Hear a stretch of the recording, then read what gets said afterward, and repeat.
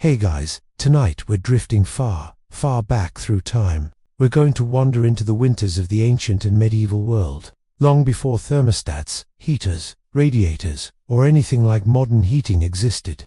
As you settle into your blankets and prepare to fall asleep, I want you to imagine the world before electricity hummed, before roads buzzed with cars, before glass windows sealed in warm air, and before people had any of the comforts we take for granted on a cold night. Tonight, we're going to slip into a much older winter, a slower winter, a winter where every moment of warmth had to be earned, preserved, and protected like something sacred. Picture yourself standing at the edge of a quiet village. It's the deep part of the night, and snow has fallen so gently over the earth that it has softened every sound. The wind isn't fierce not yet, but it whispers through the dried branches and curls around the corners of wooden houses built from timber that took months to cut and shape. There are no bright lights, no hums of engines, no glow from phones, only the faint flicker of a fire behind wooden shutters and the soft muffled silence of snow. And as you breathe in the cold, crisp air, your breath comes out as a tiny cloud, reminding you that just surviving winter was once a daily challenge for almost every human who lived in the northern world. Tonight, we'll begin our journey thousands of years ago, long before the medieval period, long before grand castles and stone walls. We're going back to the ancient world, to the earliest people who lived in cold climates, people who faced winter with nothing but simple tools, animal skins, and the warmth of community. Imagine stepping into one of their shelters. It might be a simple hut built from branches and mud, or a round house with a roof of thatch, or even a partially underground home designed to trap heat. Inside, the air smells faintly of smoke, because the fire is everything. It is the center of life. Every moment of warmth comes from it. Every meal, every light, every sense of safety. Without fire, winter was not just uncomfortable, it was dangerous, even deadly. And so people tended to it like it was a living creature. There's something mesmerizing about this ancient fire. The way it glows softly, the way shadows move like silent dancers across the walls. In these early homes, the fire would rarely be allowed to die completely.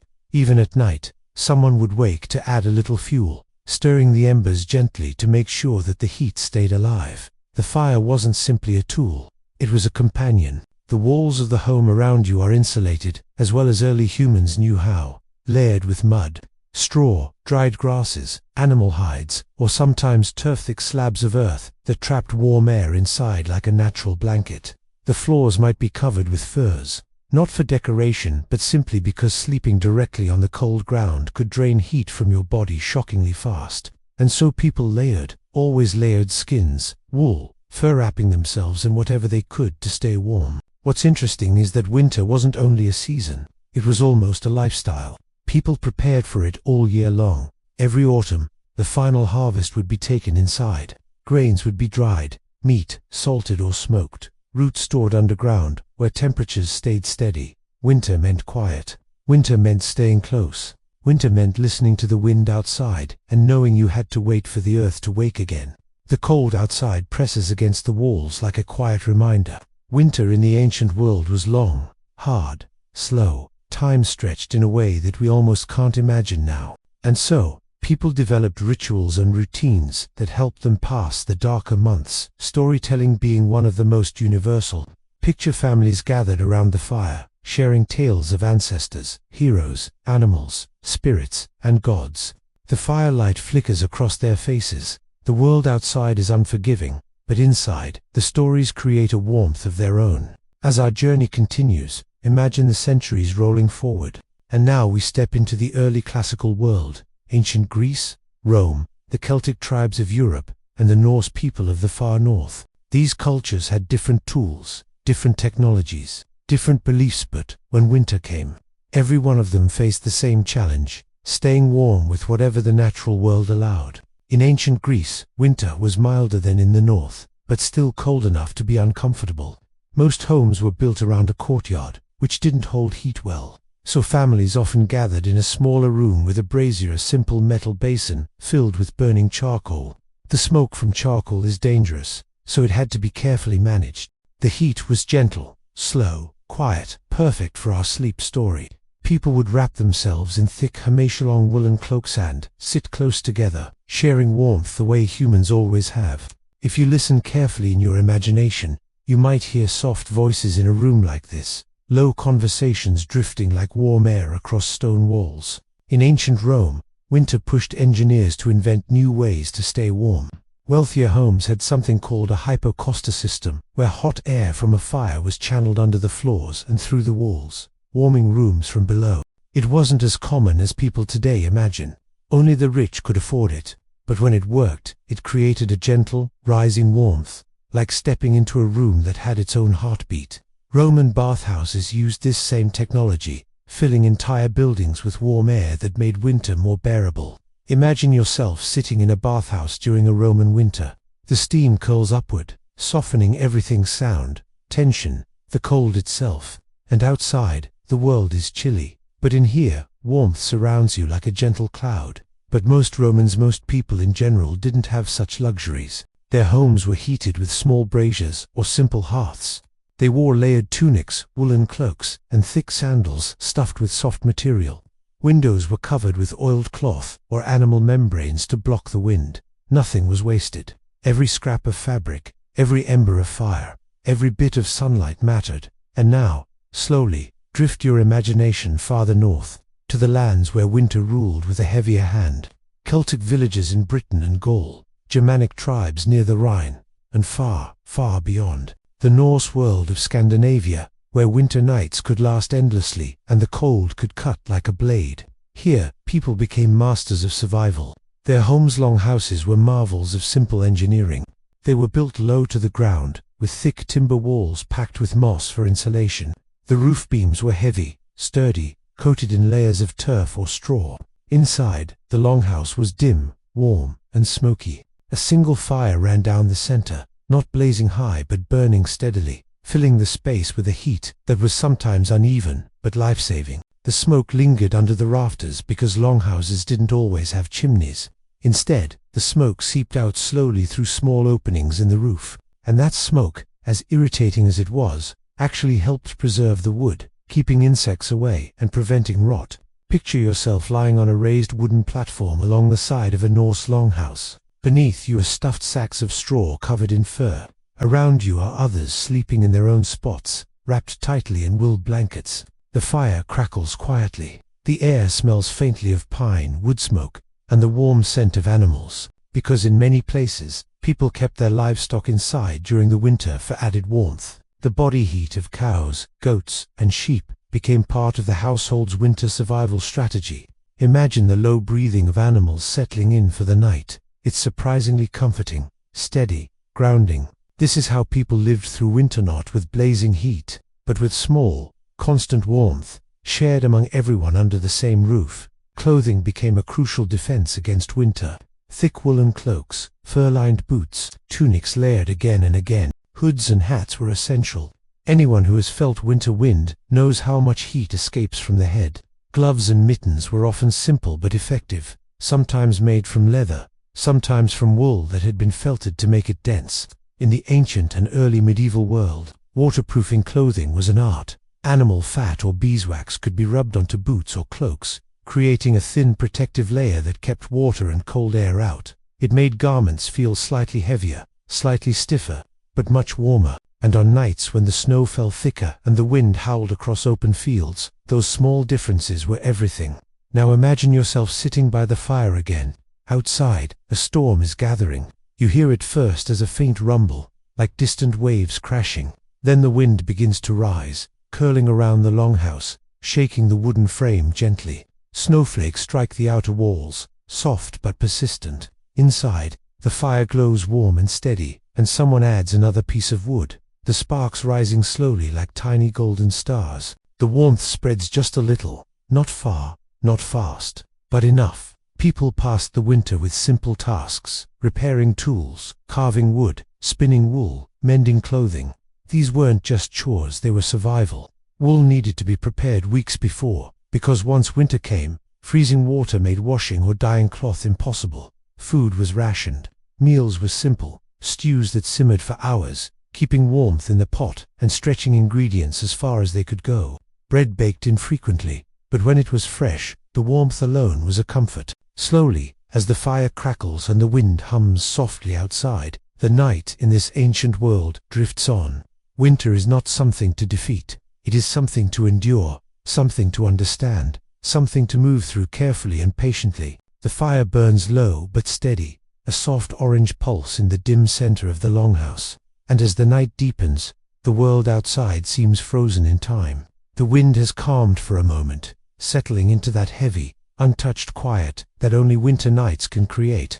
You're still lying on the raised wooden platform, wrapped in layers of wool and fur, and you can feel the slow warmth traveling through the fabric, through the straw beneath you, and into your bones. It's not hot just enough to keep the cold at bay, to let your muscles rest, to let your mind drift. And as you breathe, slowly, gently, you start to notice the rhythm of the longhouse itself. Wood creaks softly as it adjusts to the temperature. Embers pop quietly every few minutes. Somewhere deeper in the shadows, a sleeping animal shifts its weight, letting out a low, warm exhale that spreads into the stillness. These are the sounds that people knew intimately for thousands of years. These were the sounds of survival. When morning approaches in places like this, it doesn't arrive quickly or dramatically. Dawn is slow, shy, almost hesitant. Winter light is weak, and before it fully reaches the longhouse, someone always wakes to tend the fire. In your imagination, that someone rises quietly in the cold darkness, feet touching the floor with a soft thud.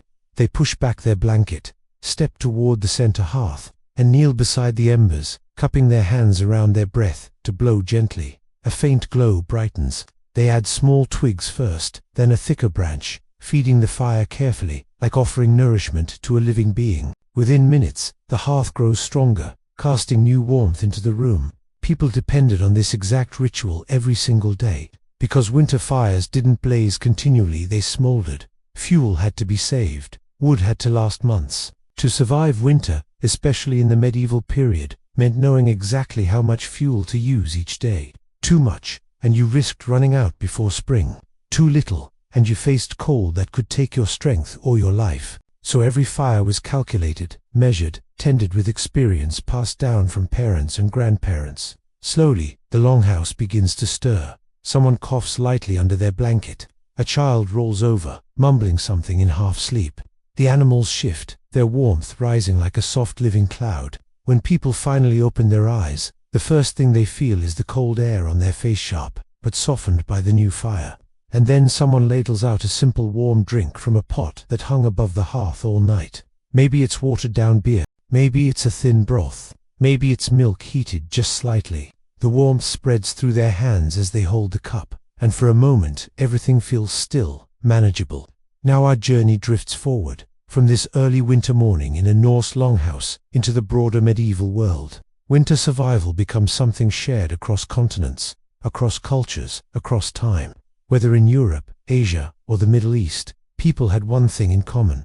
Winter demanded preparation, creativity, and patience. Imagine yourself traveling slowly through a medieval village now.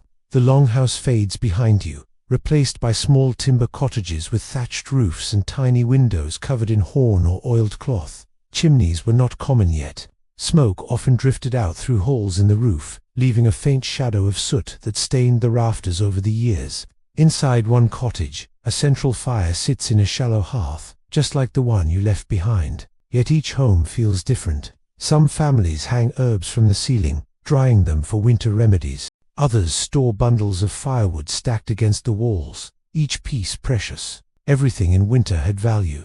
Every twig, every scrap of food, every minute of daylight. The medieval cold wasn't like our cold. Homes were drafty, floors were hard, and insulation was minimal. In many places, there were no glass windows. Instead, the window openings were covered with something called oiled parchment, thin, animal-based material brushed with oil or fat to make it translucent. It allowed a soft, milky light to enter but blocked wind and snow. And even then, cold still slipped around the edges, snaking into every corner. So clothing became one of the strongest defenses, layer upon layer upon layer. People wore wool because it stayed warm even when damp.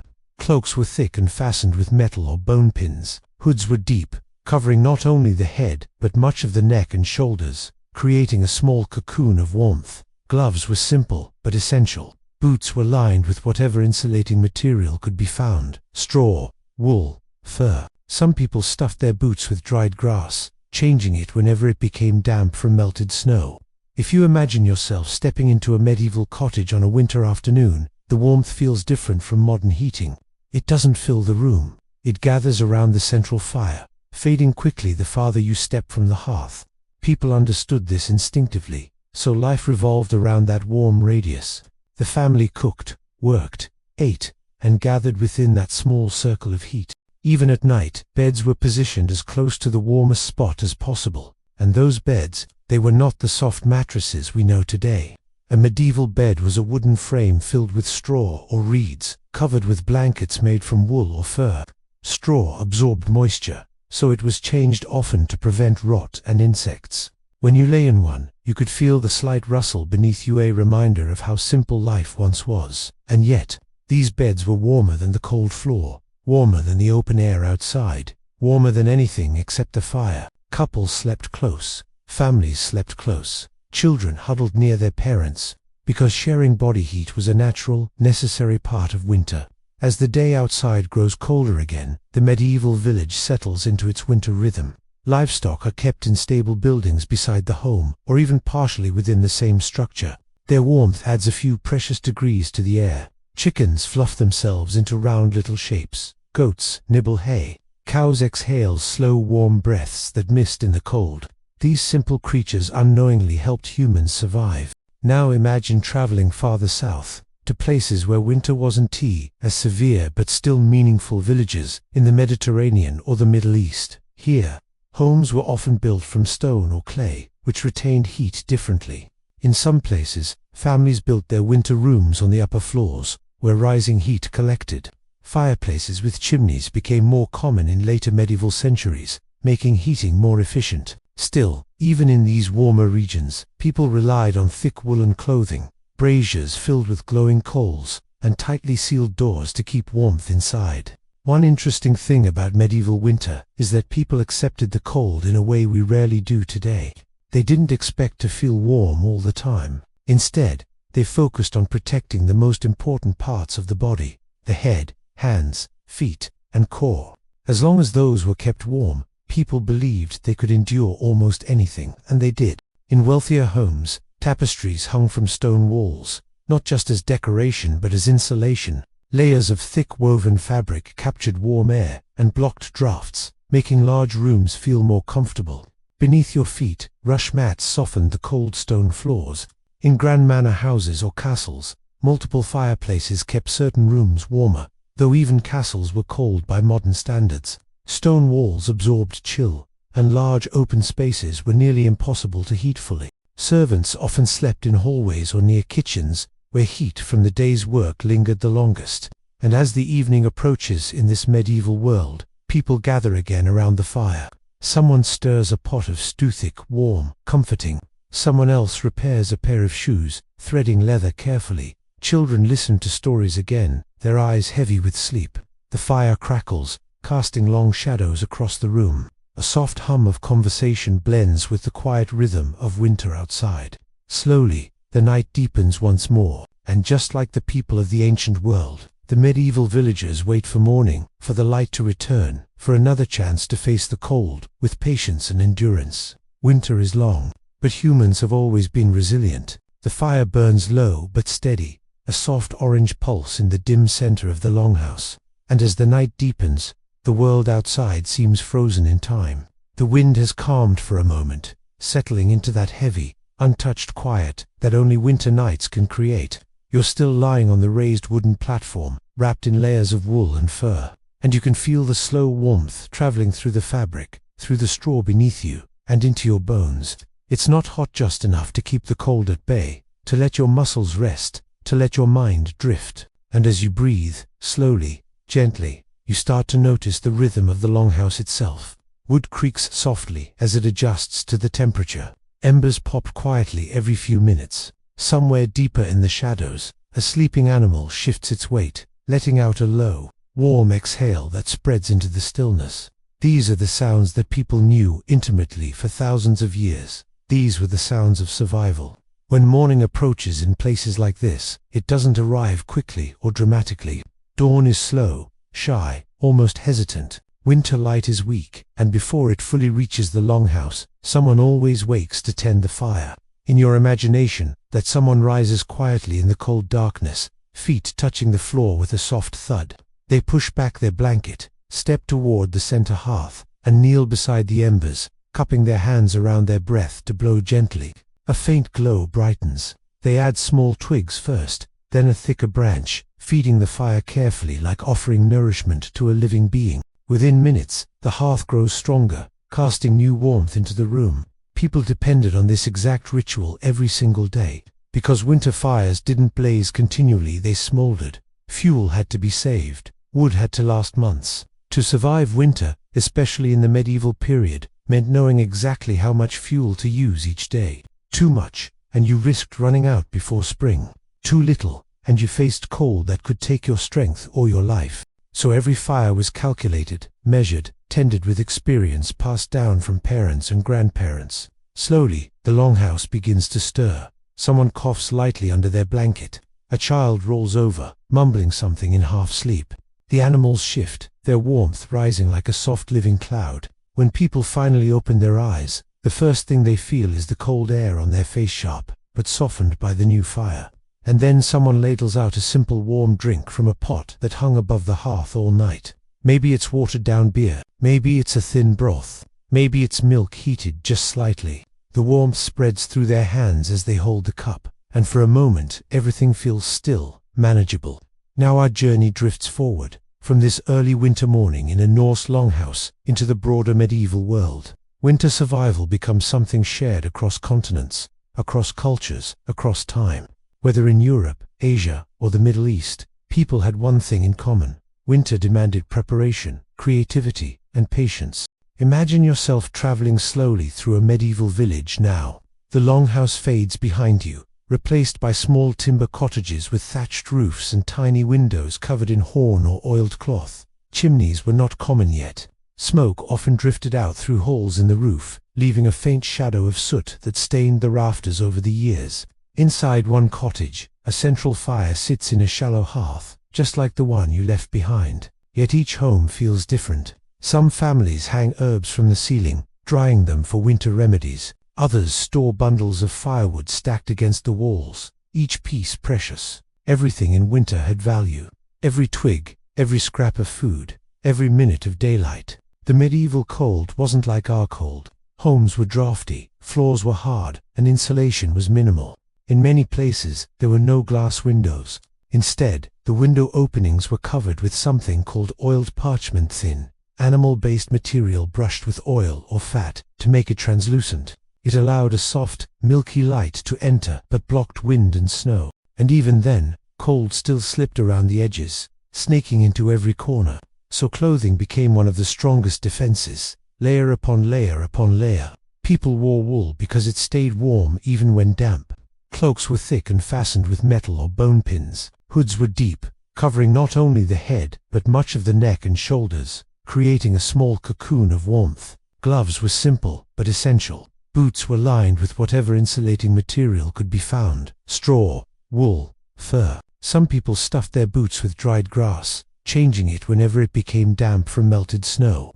If you imagine yourself stepping into a medieval cottage on a winter afternoon, the warmth feels different from modern heating. It doesn't fill the room. It gathers around the central fire, fading quickly the farther you step from the hearth. People understood this instinctively, so life revolved around that warm radius. The family cooked, worked, ate, and gathered within that small circle of heat. Even at night, beds were positioned as close to the warmest spot as possible. And those beds, they were not the soft mattresses we know today. A medieval bed was a wooden frame filled with straw or reeds, covered with blankets made from wool or fur. Straw absorbed moisture, so it was changed often to prevent rot and insects. When you lay in one, you could feel the slight rustle beneath you, a reminder of how simple life once was. And yet, these beds were warmer than the cold floor, warmer than the open air outside, warmer than anything except the fire. Couples slept close, families slept close, children huddled near their parents, because sharing body heat was a natural, necessary part of winter. As the day outside grows colder again, the medieval village settles into its winter rhythm. Livestock are kept in stable buildings beside the home, or even partially within the same structure. Their warmth adds a few precious degrees to the air. Chickens fluff themselves into round little shapes. Goats nibble hay. Cows exhale slow warm breaths that mist in the cold. These simple creatures unknowingly helped humans survive. Now imagine traveling farther south, to places where winter wasn't as severe but still meaningful villages in the Mediterranean or the Middle East. Here, homes were often built from stone or clay, which retained heat differently. In some places, families built their winter rooms on the upper floors, where rising heat collected. Fireplaces with chimneys became more common in later medieval centuries, making heating more efficient. Still, even in these warmer regions, people relied on thick woolen clothing, braziers filled with glowing coals, and tightly sealed doors to keep warmth inside. One interesting thing about medieval winter is that people accepted the cold in a way we rarely do today. They didn't expect to feel warm all the time. Instead, they focused on protecting the most important parts of the body: the head, hands, feet, and core. As long as those were kept warm, people believed they could endure almost anything, and they did. In wealthier homes, tapestries hung from stone walls, not just as decoration but as insulation. Layers of thick woven fabric captured warm air and blocked drafts, making large rooms feel more comfortable. Beneath your feet, rush mats softened the cold stone floors. In grand manor houses or castles, multiple fireplaces kept certain rooms warmer, though even castles were cold by modern standards. Stone walls absorbed chill, and large open spaces were nearly impossible to heat fully. Servants often slept in hallways or near kitchens, where heat from the day's work lingered the longest. And as the evening approaches in this medieval world, people gather again around the fire. Someone stirs a pot of stew, thick, warm, comforting. Someone else repairs a pair of shoes, threading leather carefully. Children listen to stories again, their eyes heavy with sleep. The fire crackles, casting long shadows across the room. A soft hum of conversation blends with the quiet rhythm of winter outside. Slowly, the night deepens once more, and just like the people of the ancient world, the medieval villagers wait for morning, for the light to return, for another chance to face the cold, with patience and endurance. Winter is long, but humans have always been resilient. The warmth seeps slowly into your hands, gentle and patient, the kind of warmth that feels alive, like it's breathing with you. The fire crackles softly, sending tiny sparks upward that fade before they reach the dark wooden beams overhead. Around you, the air is thick with the smell of burning oak and wool and earth, a combination so ancient, so familiar, that humans once carried it with them everywhere. This warmth, this firelight, this soft glow was the center of life, the quiet anchor that held families through long winters. As you sit near the hearth, the world outside wraps itself in deeper shadow. The cottage walls feel almost like the inside of a shell, holding back the cold, holding in the soft murmur of human breath, holding together everything that mattered on a winter night. People didn't expect comfort the way we do today. They expected endurance. And so every night spent by a fire like this was a small triumph, a quiet promise that the cold would not win. Your eyes follow the embers as they shift and glow, and as they move, the centuries shift with them. The medieval cottage around you begins to blur, its edges softening until you feel yourself moving through time again, drifting to other winters, other fires, other ways people survived when the world was frozen. Now, imagine stepping outside again, but this time into a different landscape, rolling hills covered in frost, a faint mist curling around bare trees, the sky a pale, delicate grey. This is the winter of the early Middle Ages, the centuries after Rome's fall, when Europe was reshaping itself slowly, village by village, farm by farm, kingdom by kingdom. The world was quieter then, roads less traveled, cities smaller, forests larger, and winter a force that shaped everything. Homes in this era, very timber cottages, sod houses built partly into the earth, round huts, even stone dwellings in some regions. But they all had the same heartbeat, a fire at the center. Imagine stepping into an early medieval farmhouse now. The door creaks softly as you push it open, letting in a thin blade of icy air. Inside, the family huddles close to the hearth. A pot hangs over the flames, bubbling gently with something simple, maybe barley, maybe cabbage, maybe dried peas. The air is smoky, warm, and dim. In many places, smoke darkened the ceiling beams over generations, coating them in thick black soot. But no one complained. That soot meant the fire had burned for decades, keeping people alive through countless icy nights. Children learned early how to blow on embers, how to arrange firewood to burn slowly, how to protect a flame from the wind. Firemaking was a skill, an art, a responsibility. In this world, heating wasn't only about the hearth. People prepared for winter long before winter arrived. They filled storage pits with grain, sealed tightly against moisture. They dried fish and meat, smoked it carefully so it would last through months of darkness. They harvested honey, milked animals before they dried out for the season, made cheese that could be stored, and brewed ale because water could freeze or become unsafe. Everything was done with winter in mind. Step back outside and imagine walking through a small medieval village. Frost sparkles on rooftops like scattered stars. Smoke trails gently from every home, rising into the pale morning sky. Roads are quiet. Only the crunch of your boots breaks the silence. A farmer leads a small group of animals out briefly. They need movement even in winter.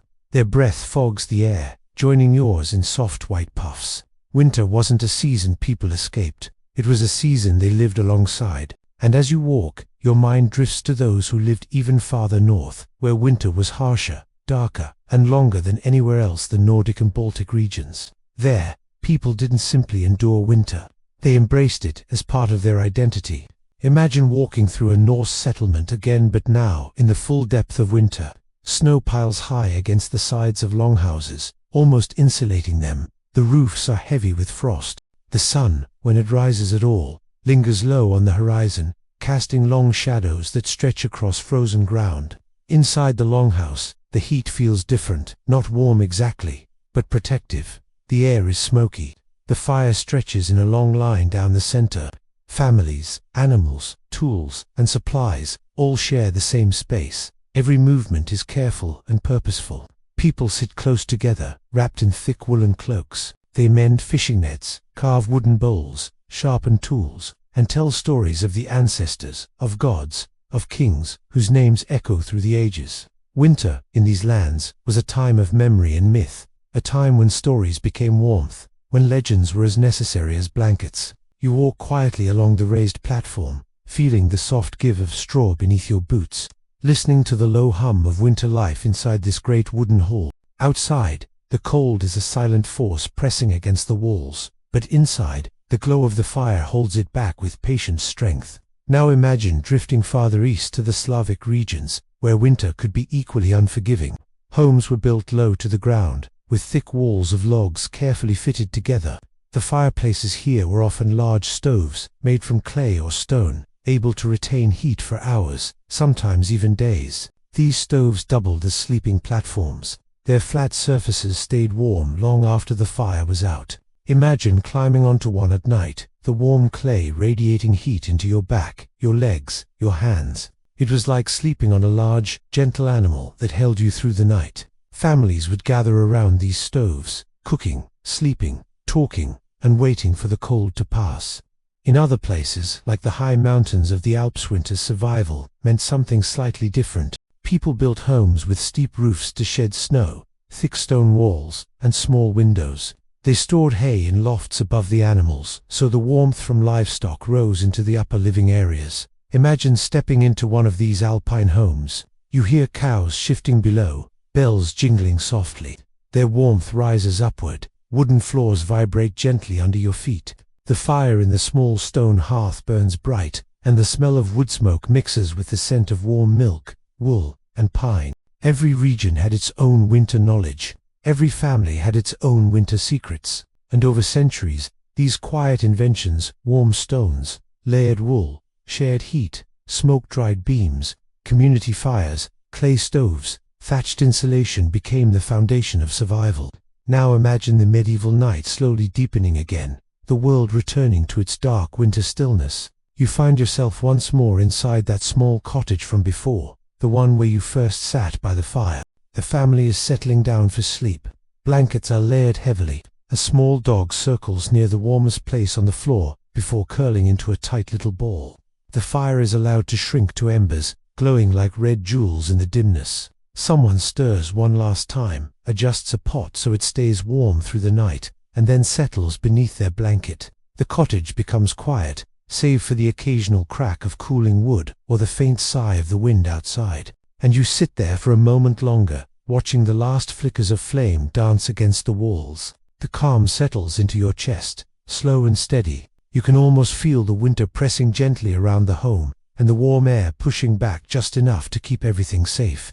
Winter, in these times, was a reminder of how fragile life was, and yet how strong people could be when they came together, when they shared warmth, when they trusted the fire to carry them through another night. And the winter night stretches on, drifting deeper into a silence so complete that even the faintest breath of wind seems like a wandering spirit moving across the frozen world.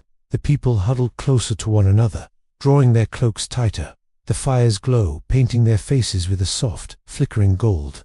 The flames rise and fall in slow waves, each motion like a heartbeat, steady and reassuring, in a world where warmth is precious and the night is long. Outside, the snow settles gently, layer upon layer, creating a blanket that muffles sound and turns the whole landscape into something dreamlike and distant, as though the world has been placed under a spell. Within the shelter of their simple home, the family begins to drift in and out of light sleep, lulled by the rhythm of crackling wood and warm breath. Someone shifts slightly, adjusting a woolen covering, while another murmurs in a dream, a soft and meaningless sound that quickly dissolves back into the darkness. These winter nights were slow, unhurried things, hours stretching endlessly, giving everyone a sense of time not as something to chase, but something to endure, something to move through gently like a long, quiet river. Long before the idea of modern heating existed, people understood that survival in winter was a communal effort. No one warmed themselves alone. They relied not only on the fire and the shelter around them, but also on one another, sharing warmth, sharing breath, sharing comfort. It is strange to imagine now, in a world where a single switch can fill an entire home with warmth. But for most of human history, heat was something earned, harvested from forests, coaxed from flint and tinder, tended with careful hands that understood how much lives depended on that single, glowing core of flame. As the hours went on, the fire would fade, dipping into a dull red glow, but someone always had to rise. Usually the lightest sleeper, or the one closest to the hearth, would stir, senses sharpened by routine rather than alertness. They would gently feed the fire with a few more pieces of wood, careful not to wake the others. The new logs caught slowly, the crackle whispering back to life, and the room would warm just enough for the cold to back away from the door and the frost to remain creeping only on the outside. Beyond these small shelters, the winter landscape itself had its own life. Wolves prowled the edges of the forests, their breath misting in pale tendrils as they searched for food beneath the deep snow. Deer huddled under the boughs of evergreen trees where the snowfall was thinnest, their bodies trembling with the effort of staying warm. Birds tucked their heads beneath their wings, finding refuge in hollow trees or abandoned nests thickened with moss. Everything alive moved a little slower, breathed a little quieter, and dreamed a little deeper under the weight of winter's presence. In medieval villages, it was common for neighbors to share not just food but warmth. People whose homes were too small or too cold would sometimes gather in a single dwelling where a larger hearth could support many. They slept together on straw bedding, layered with furs, boots tucked near the fire so they wouldn't freeze stiff by morning. The heavy scent of smoke hung deep in the air, not unpleasant but familiar. The smell of safety, of life, continuing in the middle of the coldest months. There were always tasks that needed tending, even in winter. Animal stalls had to be checked to make sure the livestock were warm enough to survive. Children were sent out only briefly, wrapped in whatever spare fabric the household had, their noses red and their breaths puffing like tiny clouds. They carried water from frozen wells, their fingers numb despite mittens. But they understood that winter did not pause simply because the world outside was harsh. Everyone performed their duties, but always quickly, always with a mind toward returning to the fire that waited inside. Travelers passing through harsh winters experienced an even deeper level of hardship. They wrapped themselves in layers upon layers of wool and fur, their steps crunching through snow that reached their knees. Sometimes they followed the glow of distant hearth fires, hoping to find shelter, knocking on doors as though each one was a lifeline. Hospitality was not merely kindness during these times, it was survival. A traveler turned away in the dead of winter might not live to see morning. So even the poorest families tried to offer what they could: a place near the fire, a cup of warm broth, a corner of the floor to sleep on. In ancient times, before medieval hearths, the winter nights were even more precarious. In small tribal groups, people gathered inside circular huts built from wood, earth, or reeds, their roofs low to trap rising heat. Fires burned in central pits with holes in the roof to let the smoke escape, though it rarely escaped entirely. The air was always thick with the warm, dusty scent of burning wood, smoke curling round the room in lazy spirals that clung to clothing and skin. The people slept close to the fire's glow, their breathing slow, the flickering light dancing across painted walls or carved wooden supports. They murmured stories to each other, myths of sun gods returning after winter, tales of spirits that roamed the snowy world outside, and legends of warmth returning like a long-lost friend. Winter rituals too were born from this darkness, because the long nights made people feel that the world was holding its breath. They believed that warmth itself had a spirit, something that needed to be tended, honored, protected. Small offerings of grain or herbs were sometimes thrown into the flames, the crackle a sign that the offering was accepted. Families whispered prayers into the glowing coals, asking for the safe return of spring, for their animals to live, for no sickness to creep into the home during the cold months when a simple fever could become dangerous. As the winter deepened, the world outside seemed to slow to an almost dreamlike stillness. Frozen rivers no longer flowed but became white, silent roads stretching through the land. Frost gathered like lace on the edges of every surface, each delicate pattern a reminder of nature's quiet artistry. Even the moonlight seemed colder, sharper, illuminating the snow with a pale glow that shimmered like distant stars fallen to the ground. The night felt endless sometimes, the days brief and dim, the sun too weak to chase away the chill. Inside, though life continued with gentle rhythms, women spun wool near the fire, their fingers moving by memory rather than sight. Men repaired tools, their silhouettes dark against the firelight. Children whispered stories to each other, their voices soft and drowsy. The sound of the hearth was like a comforting lullaby, rising and falling, always steady, as though reminding everyone that no matter how deep the cold grew, the fire would continue to burn as long as they kept feeding it. And still the winter nights stretched on, mile after mile of darkness, hour after hour of quiet. People took turns sleeping lightly, tending the fire, listening to the wind's distant calls, feeling the weight of their blankets and the warmth of shared breath. The knowledge of survival lay not in any grand moment, but in these repeating rituals, the careful tending of embers, the slow warming of hands, the steady companionship that kept fear at bay. In those days, winter was not something to conquer, but something to flow through, gently, patiently, like a slow river that could not be rushed. Even now, centuries later, a part of that ancient rhythm lingers. Whenever we sit beside a fire on a cold night, watching the flames flicker and listening to the distant hush outside, we echo the same rituals that kept countless generations alive. The winter night stretches on, yes, but the warmth continues to a golden thread carried through time, woven into the hearts of those who endured the cold with quiet determination and shared breath.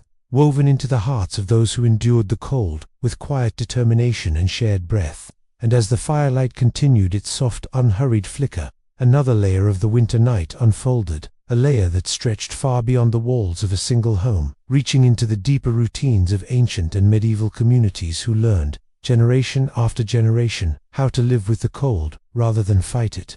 Outside, the snow lay thick along the quiet paths, covering the earth like a pale blanket, and in the distant dark, the occasional groan of shifting ice echoed like an old memory stirring in its sleep. People in those past centuries understood winter in a way we rarely do now. They saw it not as an interruption to life, but as a season of waiting, a season of reflection, a season where everything slowed, even their thoughts. The cold seemed to hush the mind, turning every breath into something purposeful, every step into something measured. The warmth they gathered wasn't simply heat, it was comfort, companionship, and the reassurance that the world might sleep, but it would wake again. In many medieval households, winter evenings were times of quiet industry. As the fire glowed low and deep, people moved around it, like part of a gentle ritual. A mother might be carding wool, the soft fibers whispering against wooden combs, slowly preparing the material that would later be spun into thread. A father might be repairing a cloak, the needle glinting briefly in the fire's breath before disappearing into the cloth once more. Children lay half asleep, wrapped in furs, listening to the steady rhythm of adult hands working, the sound becoming part of the lullaby of winter. Every action mattered in these months, when warmth was precious. Clothes were worn thicker, layered carefully. Cloaks were lined with fur, boots stuffed with straw or wool to keep toes from freezing. Even small tricks were passed down through generations, tucking warm stones from the hearth into cloth and placing them at one's feet before bed, or hanging a damp garment near the fire to create a burst of warm humidity that eased dry throats. Each detail helped, and none were taken lightly. Beyond the home, winter demanded constant awareness. Families checked roofs often to sweep off heavy snow so it wouldn't collapse the wooden beams. They listened for the telltale drip of ice melting in the wrong corner, a warning of potential leaks. They stored food high off the ground, away from cold patches and curious animals. Every day brought a small list of tasks that became rhythm rather than burden, a slow dance with nature's chill. Villages too developed patterns that shaped winter life. Paths between homes were kept open with steady footsteps packing down snow until it formed smooth.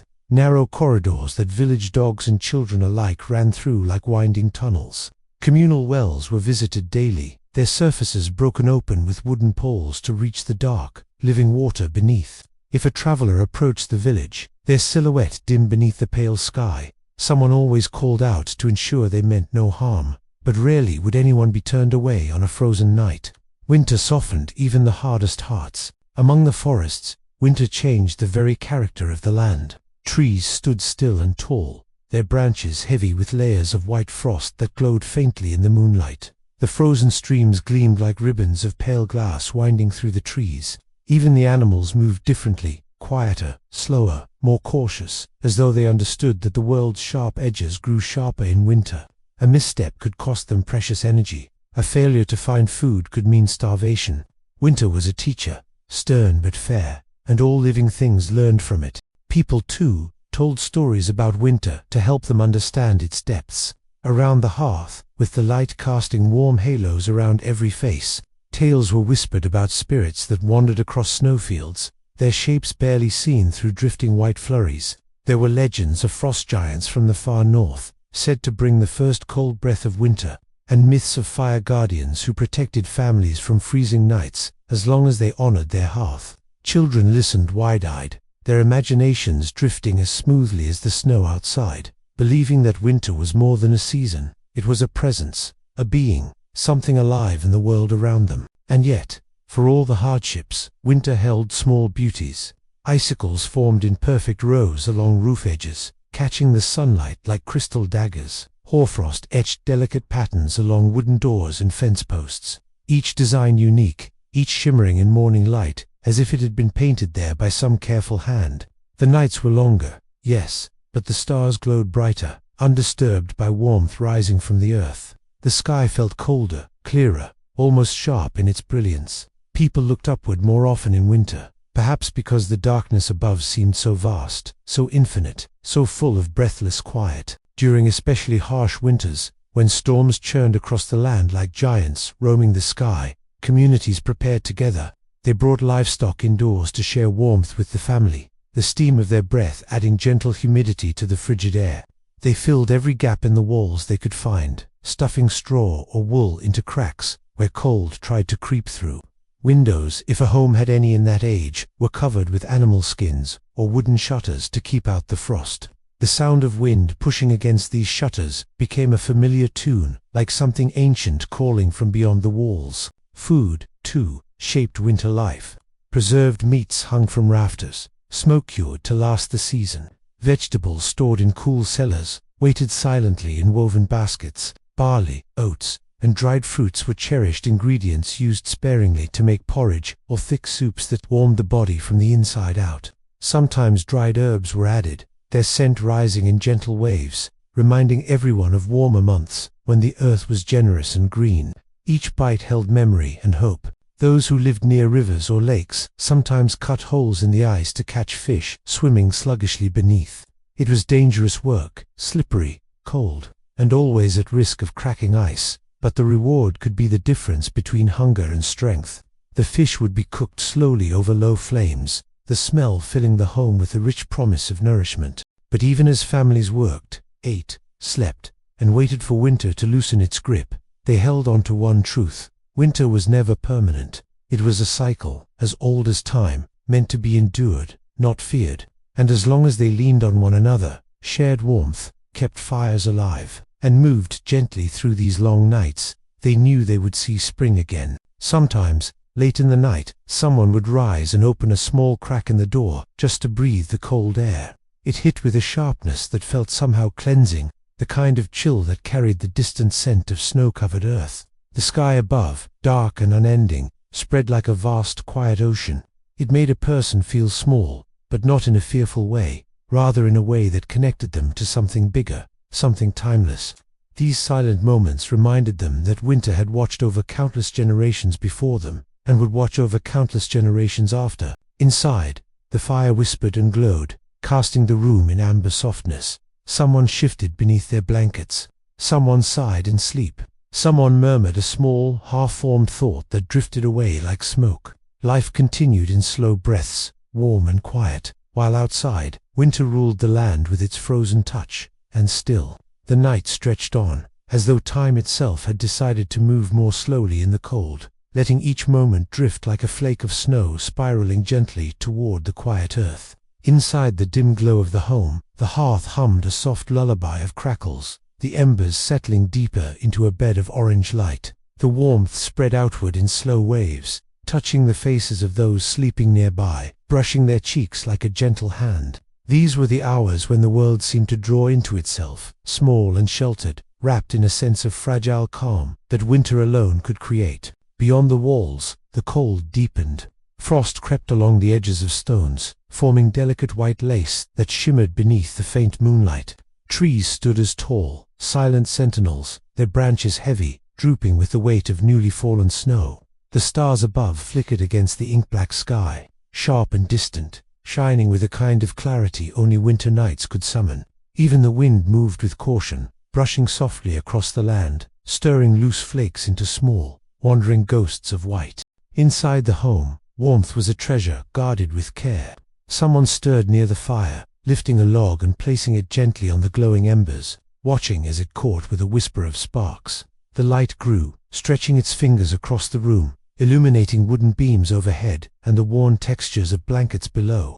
The flames danced slowly, as though tired from the long night, their shapes bending and curling in rhythms old as time. In medieval winters, these quiet hours were spent listening to the fire, to each other's breathing, to the world outside. People had a deep awareness of sound in winter, because everything was amplified. A crack of ice shifting along a distant river could echo for miles. The cry of an owl overhead felt like a message carried from one patch of darkness to another.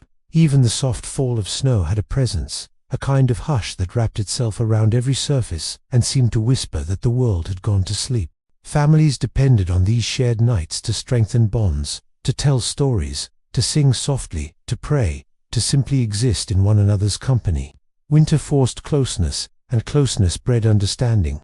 When several members of a family crowded near a single hearth, breathing the same warm air, listening to the same quiet crackles, they became attuned to each other in ways people often forget today. A sigh, a shift in posture, the soft rhythm of sleeping breaths, all were familiar signals of comfort, of life continuing despite the cold pressing in from all sides. Many winter nights were spent reminiscing about warmer days, harvests gathered in the sun, river water cool on bare feet, birds singing high in green canopies. It wasn't longing for what couldn't be reached, but rather a quiet appreciation for the cycles of time. People understood that winter was part of the balance, the necessary stillness that allowed the world to renew itself. This acceptance softened the harshness of long nights, giving them a rhythm that felt almost sacred. It was also a season of reflection. With work slowed and daylight short, minds wandered to thoughts they didn't have time for during busier months. The fire's hypnotic glow invited memory, recalling ancestors who had lived through harsher winters, reminding everyone that endurance ran in their blood. Some would think of loved ones lost. Their presence felt more deeply in the quiet dark. Others dreamed of the coming spring, imagining the first thaw, the first drops of melting snow trickling into soft earth. the first green shoots pushing upward, toward weak but hopeful sunlight. The smell of burning wood lingered in the air, mixing with hints of dried herbs, stored for months, rosemary, thyme, sage, scents that carried memories of summer fields. Occasionally, someone would place a sprig of herb into the fire, watching it curl and twist as it released a brief, fragrant breath. This small ritual wasn't just for the aroma. It was for the reminder that even in winter, something of the sun remained. As the night continued, the temperature outside dropped further, reaching the kind of cold that made even the air seem brittle. Snow hardened under the moon, forming a glittering crust that sparkled with countless tiny reflections. The world looked peaceful, but beneath that peace was a sharpness, a cold edge that demanded respect. Anyone walking outside would feel it immediately. The bite of wind against the skin, the sting of cold air in the lungs, the crunch of frozen ground beneath each step. And yet, people did venture out when needed. Someone might check on stored grain, listening carefully for any sound of rodents, seeking warmth. Another might step outside for a moment of solitude, breathing in the stillness, letting the cold clear their mind. In such silence, a single distant sound, a fox moving through the underbrush, a tree creaking under the weight of ice, a gust of wind swirling through a narrow gap, became a reminder that even in the deepest stillness, the world lived. Communities held tight to their customs during these long nights. In some places, candles were lit in windows to guide travelers lost in the dark. In others, families kept symbolic objects near the hearth, a carved wooden token, a stone from a river, a small bundle of herbs believed to protect against the cold spirits that winter nights were said to harbor. Whether superstition or tradition, these rituals offered comfort, a sense of control over forces far greater than themselves. As the fire warmed the room, the people sleeping nearby shifted occasionally, their breaths rising in small clouds before dissolving into the softer warmth. The blankets they used were thick, often woven from wool that had been spun by hands now resting in slumber. Each blanket carried stories of the sheep that grew the wool, of the shearing, the washing, the spinning, the weaving. Nothing in winter came from nowhere. Everything was the result of earlier seasons' labor. Across villages and ancient settlements alike, the relationship between the cold and the hearth shaped social life. The fire was not just warmth, it was gathering, storytelling, teaching, remembering. Children learned the history of their people, not from books but from winter nights like this, from the quiet voice of an elder recounting tales passed down through generations. These stories grew deeper with each retelling, becoming threads woven into the fabric of identity. Even the simplest tasks became rituals of connection. Passing a bowl of warm broth, sharing a fur blanket, sitting shoulder to shoulder in the fire's glow. In these moments, winter felt less like an adversary and more like a silent companion, stern, unforgiving, but also capable of creating closeness no other season demanded. Outside, the moon dipped lower, and the shadows it cast grew longer, stretching across snowy fields like dark sails unfurling in slow motion. The stars shifted positions, marking the gradual passage of hours, and though the night was still deep, a faint hint of something softer, something gentler, hovered at the farthest edge of the sky, the promise of dawn still distant but inevitable. Inside the shelter, the fire continued to burn, steady and loyal, its glow a quiet guardian against the cold. The people resting around it breathed in unison, unaware that the night was slowly giving way. Winter taught patience, and in that patience lay a kind of peace, a peace born from acceptance, endurance, and the understanding that warmth, however small, was always worth holding on to. A slow whisper of warmth waiting somewhere beyond the dark. And in that quiet space between night and dawn, the world seemed to rest more deeply, as though all the cold, all the silence, all the shadows were gathering themselves for a moment of stillness before the faintest hint of light returned. Inside the shelter, the fire breathed softly, its glow steady, the embers pulsing like the heartbeat of the home. The people lying near it shifted under their blankets, moving almost in unison, as if they were part of the same dream drifting through the room. Outside, the cold thickened until the very air felt heavy, each breath turning to pale mist that lingered for a moment before dissolving into the dark. Snowflakes, fine and powdery now, drifted slowly from the sky, moving with such gentleness that they seemed less like falling snow and more like small pieces of the night, settling quietly onto the earth. The stillness grew deeper, a kind of hush that seeped into every corner of the world, making even the faintest sound feel precious and rare. In ancient times, people believed that winter nights held secrets, whispered messages carried on the bites of wind, stories hidden in drifting snow, signs traced subtly in the frost that curled along wooden beams. They imagined that the darkness itself watched over them, not with malice, but with a solemn vigilance, ensuring that those who honored the cold and respected its power would be granted the strength to see spring once more. And perhaps, in some quiet way, this belief kept them warm, not in the body, but in the spirit, giving them courage during the longest hours of the night. Inside the small dwelling, the air carried the aroma of the fire, mixed with faint traces of dried herbs that hung overhead, bundles gathered during warmer days and saved for winter's long months. Their scents drifted idly on the warm currents rising from the hearth, lavender, rosemary, mint, each note subtle and fleeting, bringing soft memories of sunlight and open fields. Sometimes the scent of old wood joined them, the beams of the shelter warming ever so slightly as the fire's heat brushed against them, releasing a rich, quiet fragrance of age and endurance. As the fire hummed, someone near the hearth shifted again, pulling their cloak more tightly around their shoulders. Their breathing deepened, settling into the slow rhythm of someone drifting in and out of sleep. These winter nights encouraged such half-dreaming states, a liminal space where thoughts wandered loosely between present and memory. People might dream of warmer days, of earth beneath their feet rather than snow, of rivers running instead of frozen still. They might remember the faces of those who had shared such nights before them, or imagine the faces of those who had come after, continuing the same ancient rituals of tending fires and surviving dark winters. In medieval villages, nights like these were often accompanied by soft murmurs of old stories. Elders might whisper legends about ancient winters, ones so fierce that wolves came down from the mountains in great numbers, their howls echoing across the land, or tales of winters where the sun seemed to vanish for days at a time, leaving the world trapped in a twilight that never fully brightened. But alongside these stories of harshness were tales of resilience, of hunters who braved the cold to bring back food, of mothers who kept fires alive for weeks without letting them die, of travelers who found shelter in unexpected places and survived because of the kindness of strangers.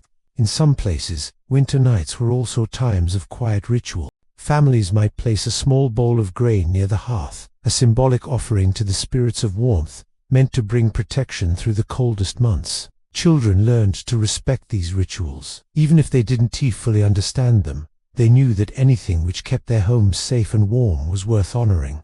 And so the small bowl sat by the fire, untouched but ever present, a reminder that winter required both effort and humility. Beyond the home's walls, the landscape shifted in subtle ways as the night deepened. Frost grew thicker on branches, forming crystalline patterns that sparkled faintly in the moonlight.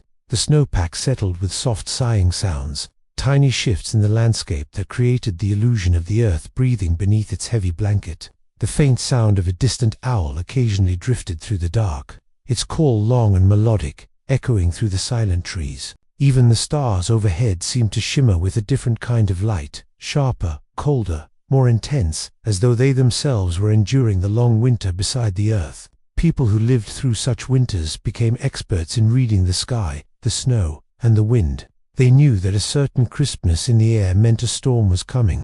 They knew that stars blurring slightly behind a thin veil of cloud meant moisture gathering above. They knew the way snow felt underfoot, soft or crusted, powdery or dense, and what each texture meant for the days ahead. A whole language of winter existed, unspoken but understood by those who lived close to nature. Inside the home, one of the sleepers stirred awake, perhaps because the fire had dipped, or because a draught slipped through a crack in the wall. They sat up slowly, rubbing their hands together, letting the hush of the night envelope them. They reached for another log, choosing one that had dried for many months, its surface pale and smooth. When they placed it on the fire, sparks rose in soft bursts, like tiny stars leaping into the shadowed air, before fading.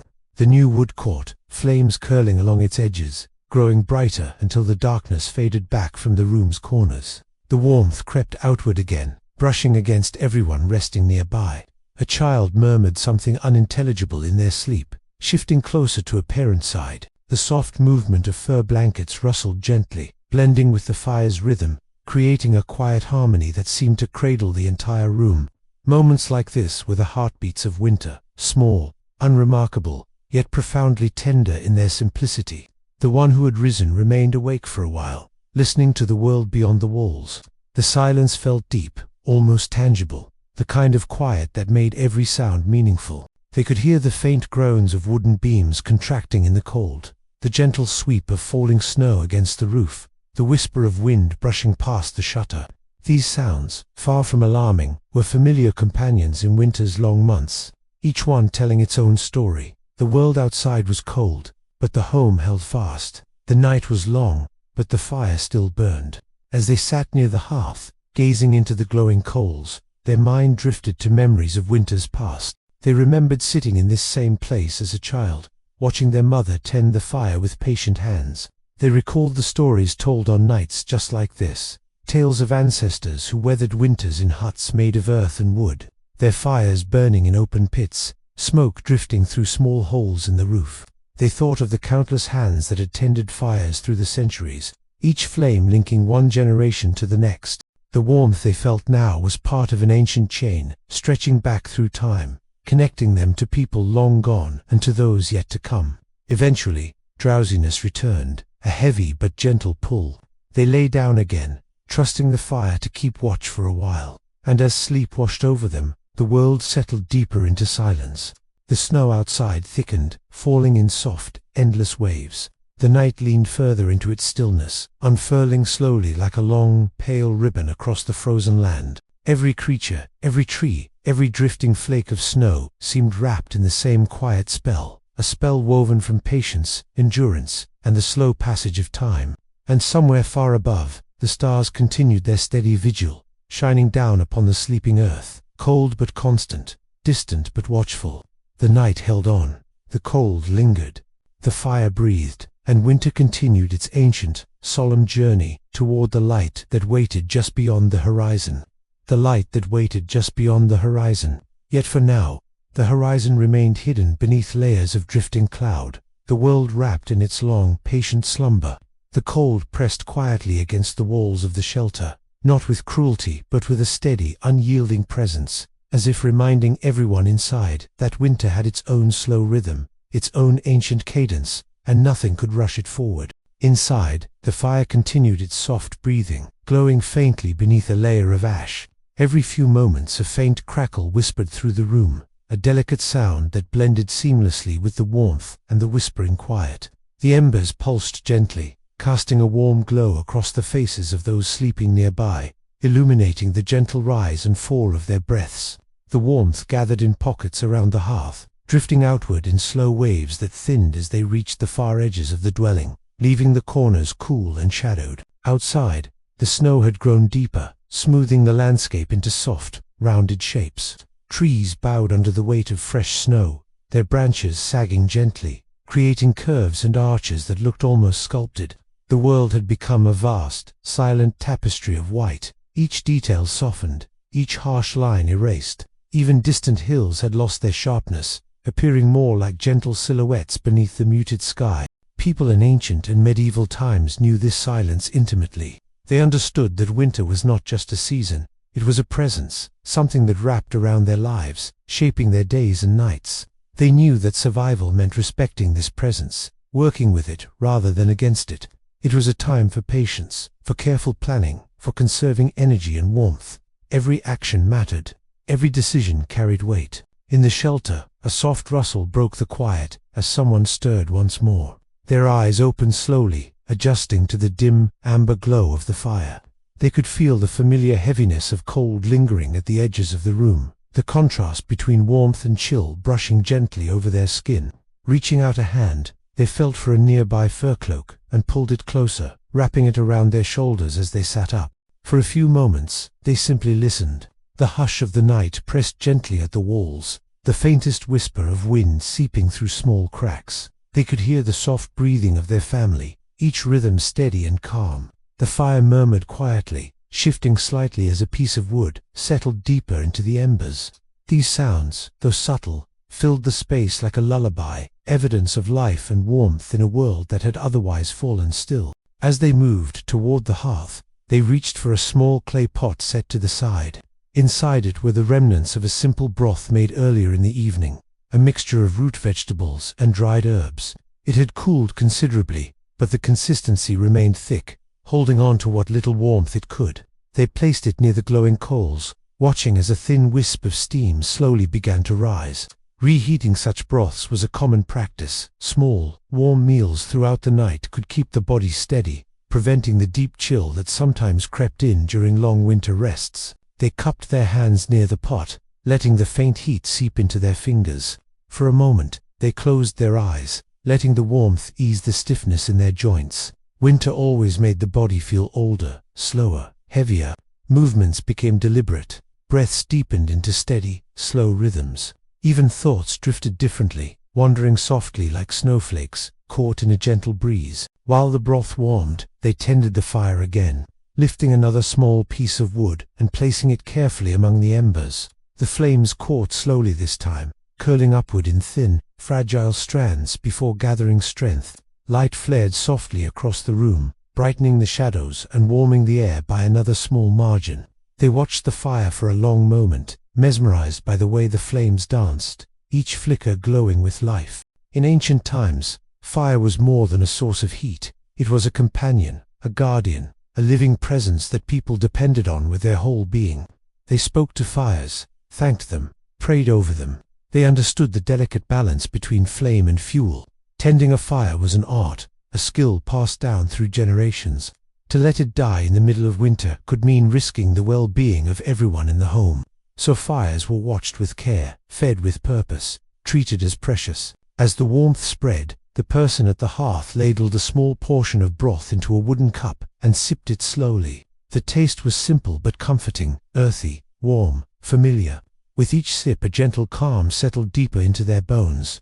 They let the warmth fill them, letting their eyelids grow heavier once again. After finishing, they set the empty cup aside and turned their gaze toward a small opening near the roof, a ventilation gap for smoke to escape.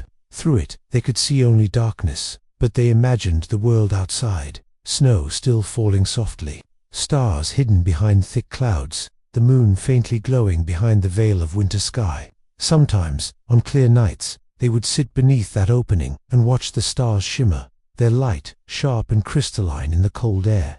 But tonight, the sky offered only darkness, yet even that darkness felt familiar, like the deep, quiet belly of winter itself. Pulling the fur cloak tighter, they returned to their resting place, settling once more beside the others.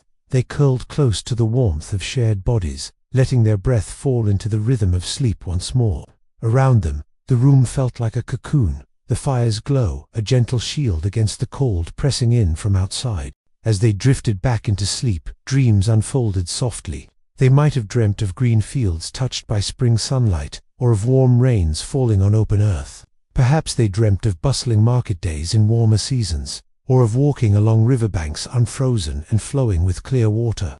These dreams offered comfort, gentle reminders that winter was not endless, that warmth, color, and life would return in time. While they slept, the fire continued its slow breathing, its glow deepening into a steady, warm pulse. The room shifted through tiny moments of silence and sound, the fire's crackle, the soft sigh of someone turning in their sleep, the faint groan of cold wood settling.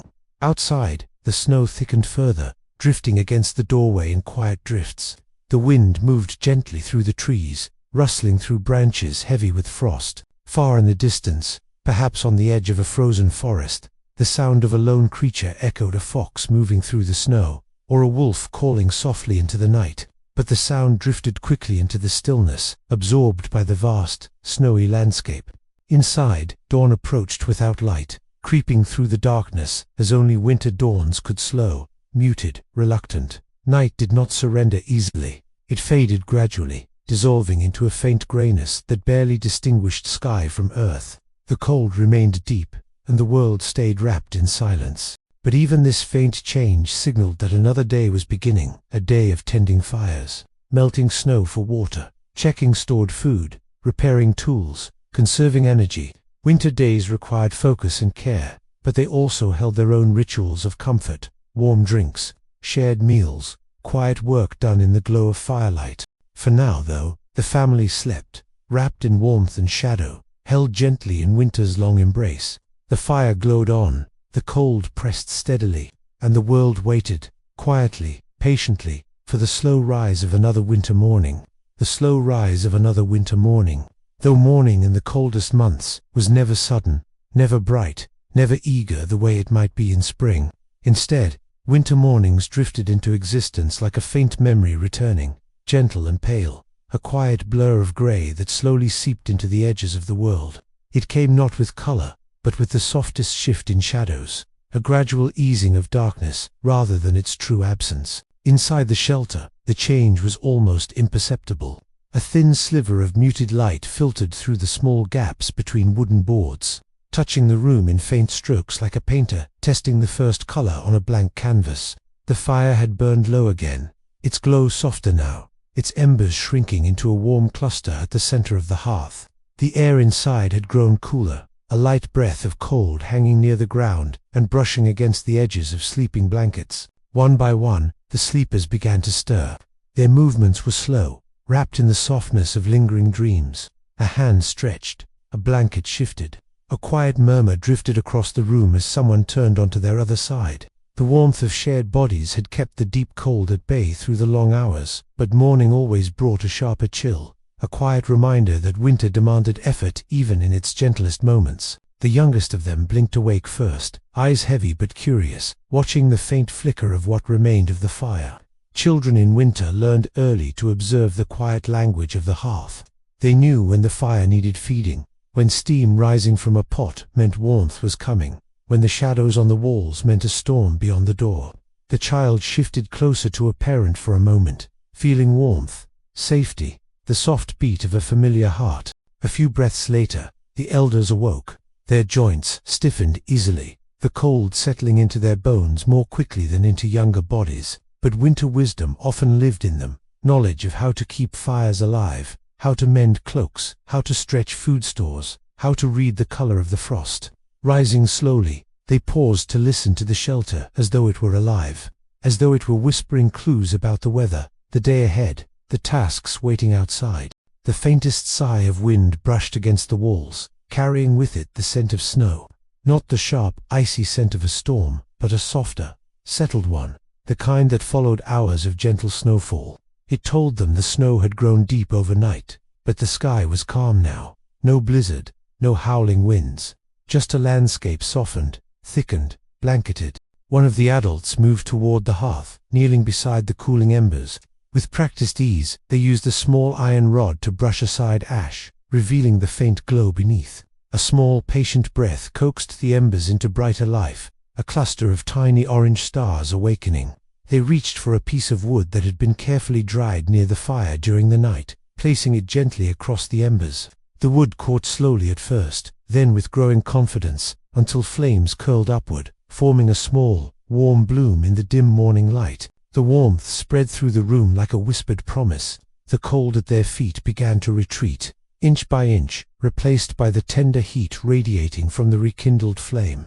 Someone else moved to check the drying herbs hanging from the beams, brushing their fingers lightly across leaves that rustled softly. These herbs, gathered in summer, were now precious allies, lending warmth and nourishment to the simplest winter meals.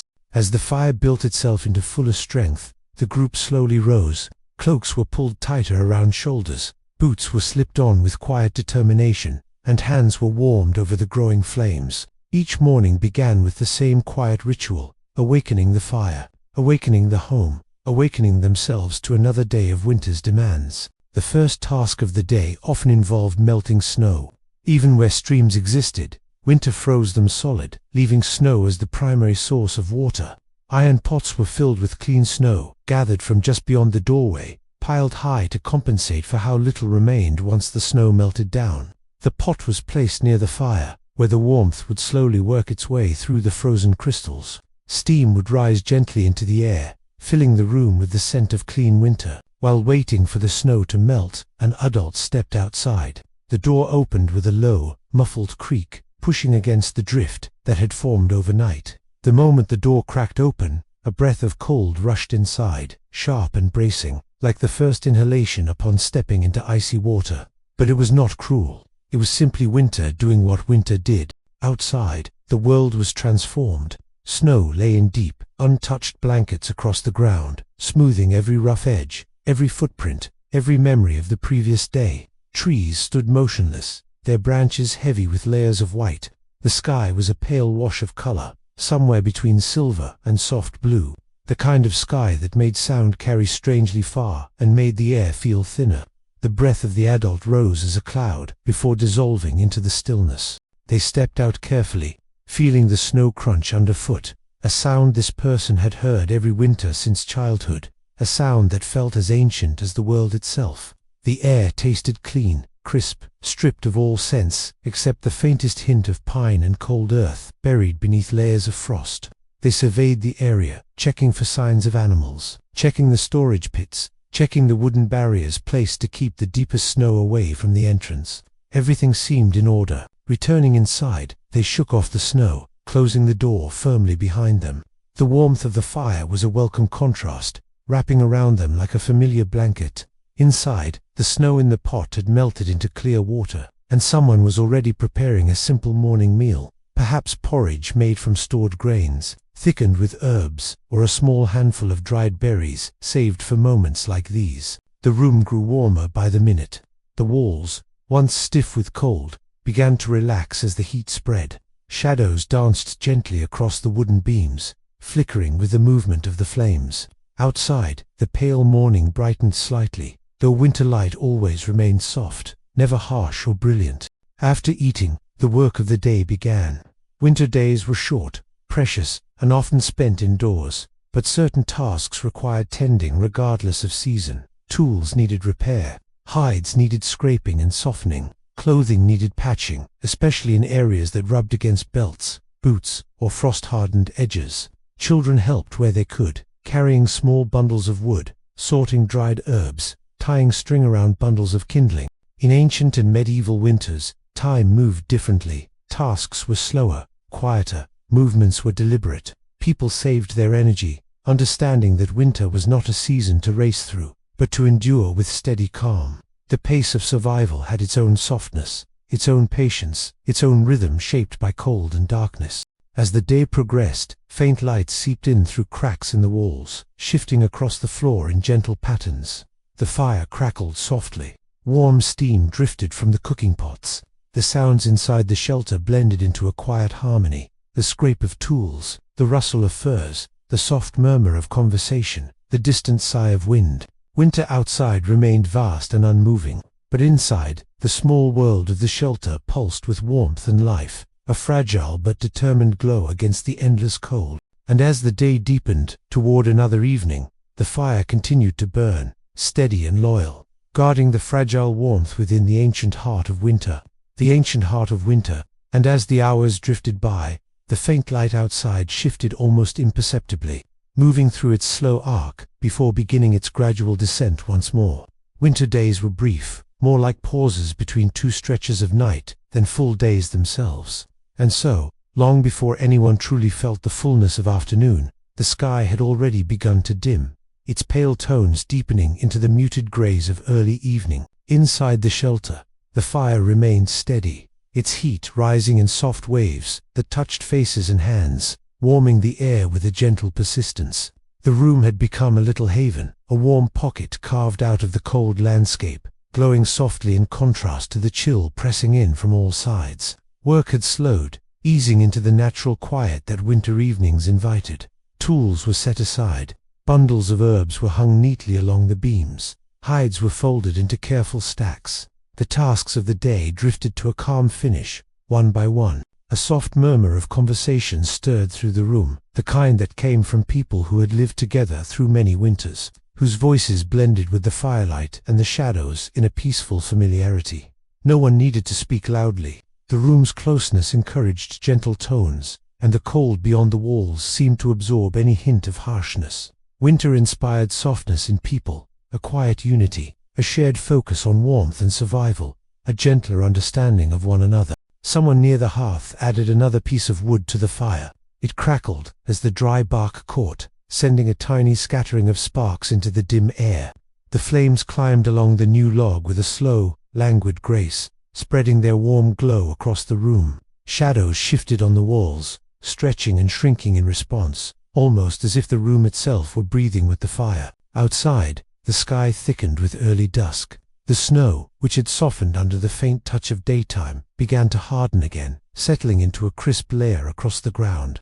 A faint breeze stirred, brushing through the trees with a whisper that sounded like the soft turning of pages in a forgotten book. Winter evenings always carried a different scent, frostier, sharper, tinged with something ancient and cold that felt older than the world itself. Within the shelter, preparations for the night began. Thick blankets were shaken out, fur coverings arranged near the hearth, cloaks hung where the heat could remove any lingering moisture gathered during brief ventures outside. A pot of evening broth simmered quietly, its aroma filling the room with warmth and comfort.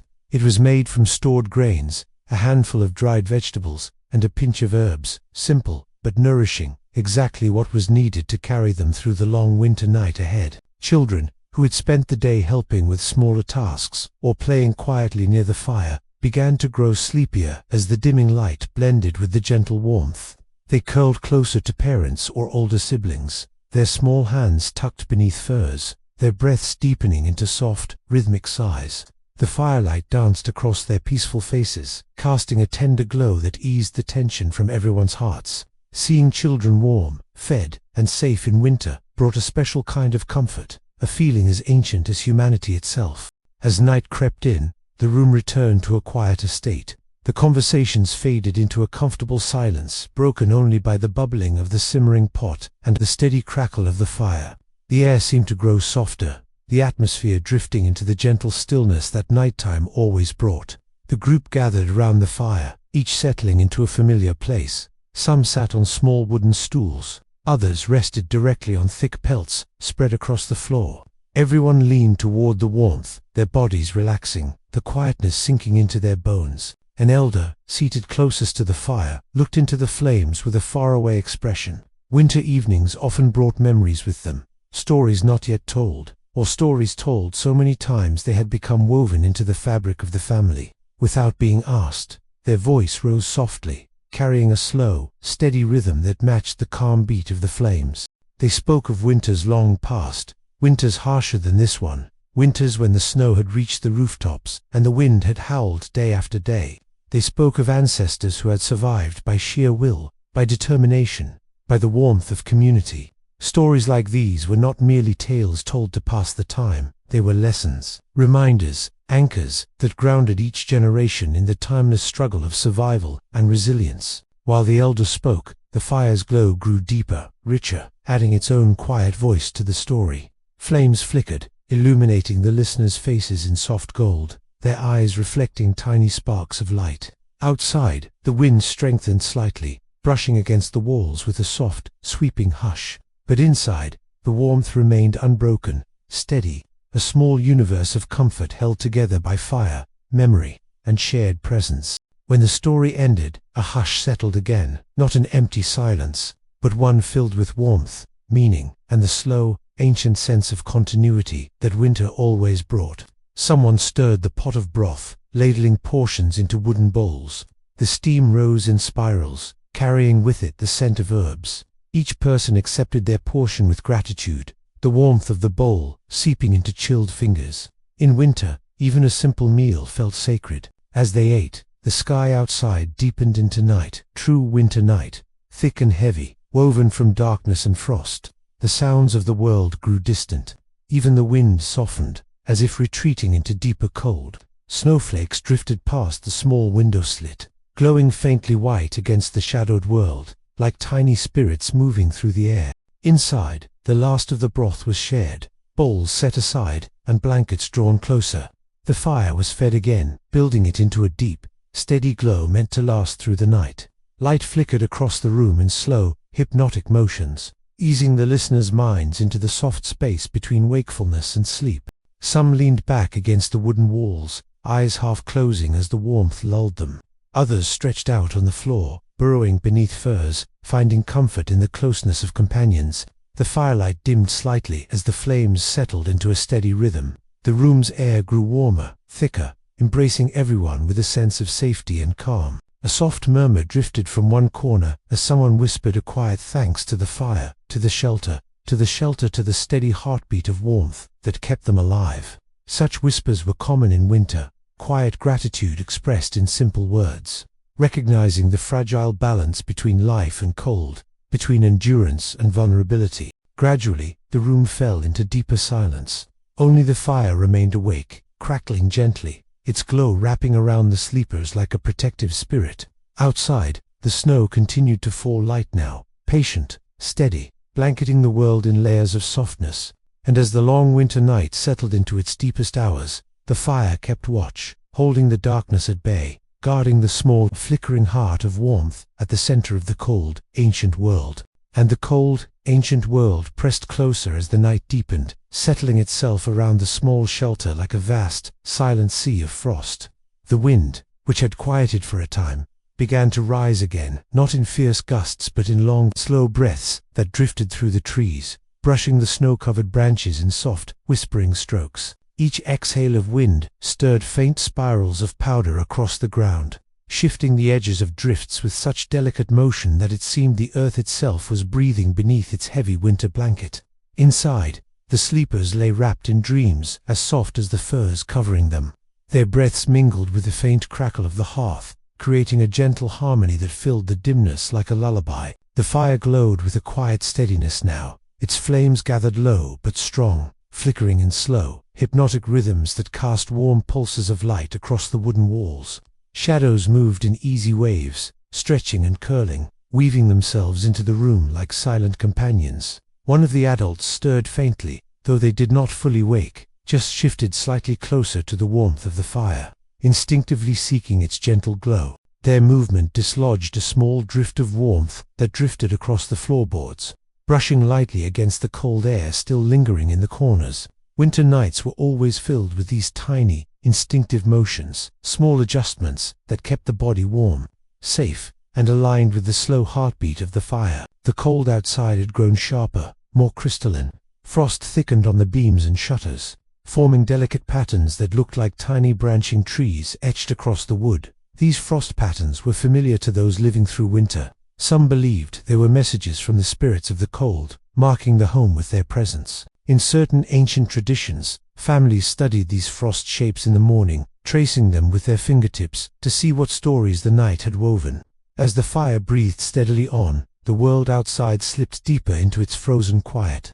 Somewhere in the distance, a faint crack echoed the sound of ice shifting on a frozen stream, adjusting under the weight of deepening cold. The sound carried through the stillness, thin and distant, but unmistakable. Such noises were a normal part of winter, a reminder that even frozen things continued to move, to stretch, to breathe in their own slow, ancient way. A few moments later, a soft rustle stirred within the shelter.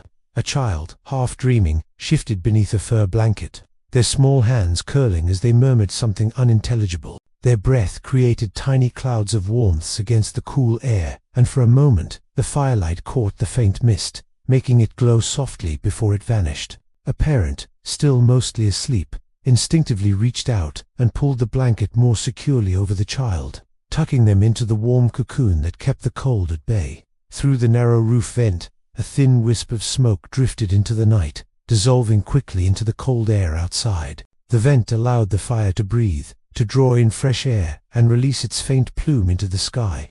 The scent of burning wood rose faintly above the shelter, mixing with the crisp scent of frost and pine. Anyone walking nearby, though the world was empty at this hour, would have recognized the smell immediately, the unmistakable scent of life within winter's cold silence. Far beyond the shelter, in the deep forests, animals moved quietly beneath the trees. A deer, its breath forming a white halo around its muzzle, stepped carefully through the snow, pausing now and then to listen for predators hidden by darkness. A fox, sleek and cautious, trotted lightly across the frozen ground, its paws barely making a sound as it searched for small prey beneath the snow.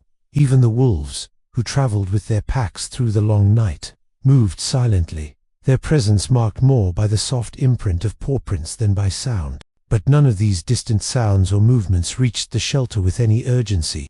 They were all part of winter's vast tapestry, a quiet dance of life, moving slowly, carefully, beneath the heavy sky.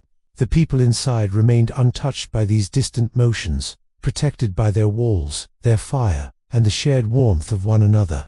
Hours passed like slow-moving rivers under ice, sliding quietly, unnoticed, into the deeper part of the night.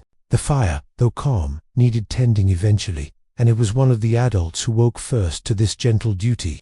Their eyes opened softly, adjusting to the dim glow of embers, and for a moment they simply lay still, listening. The fire's whispers, the slow breathing of sleepers, the faint wind pressing against the walls, these sounds told them the balance of warmth and cold, safety and danger, rest and readiness. Rising carefully so as not to disturb the others, they stepped toward the hearth. The floor beneath them was cold, even through the thick fur lining, and they moved with quiet deliberation. Kneeling by the fire, they brushed away a thin layer of ash from the embers, revealing the small but steady glow beneath. With practiced ease, they placed a new piece of wood on top, not too large, for the fire needed to grow gently, and added a small handful of twigs to encourage the flame. The fire responded slowly, as though waking from its own slumber. A faint flicker rose, catching on the dry bark. The flames curled upward, small at first, then steadier, bringing renewed warmth into the room. The adults sat for a moment, warming their hands, feeling the slow return of heat seep into their skin.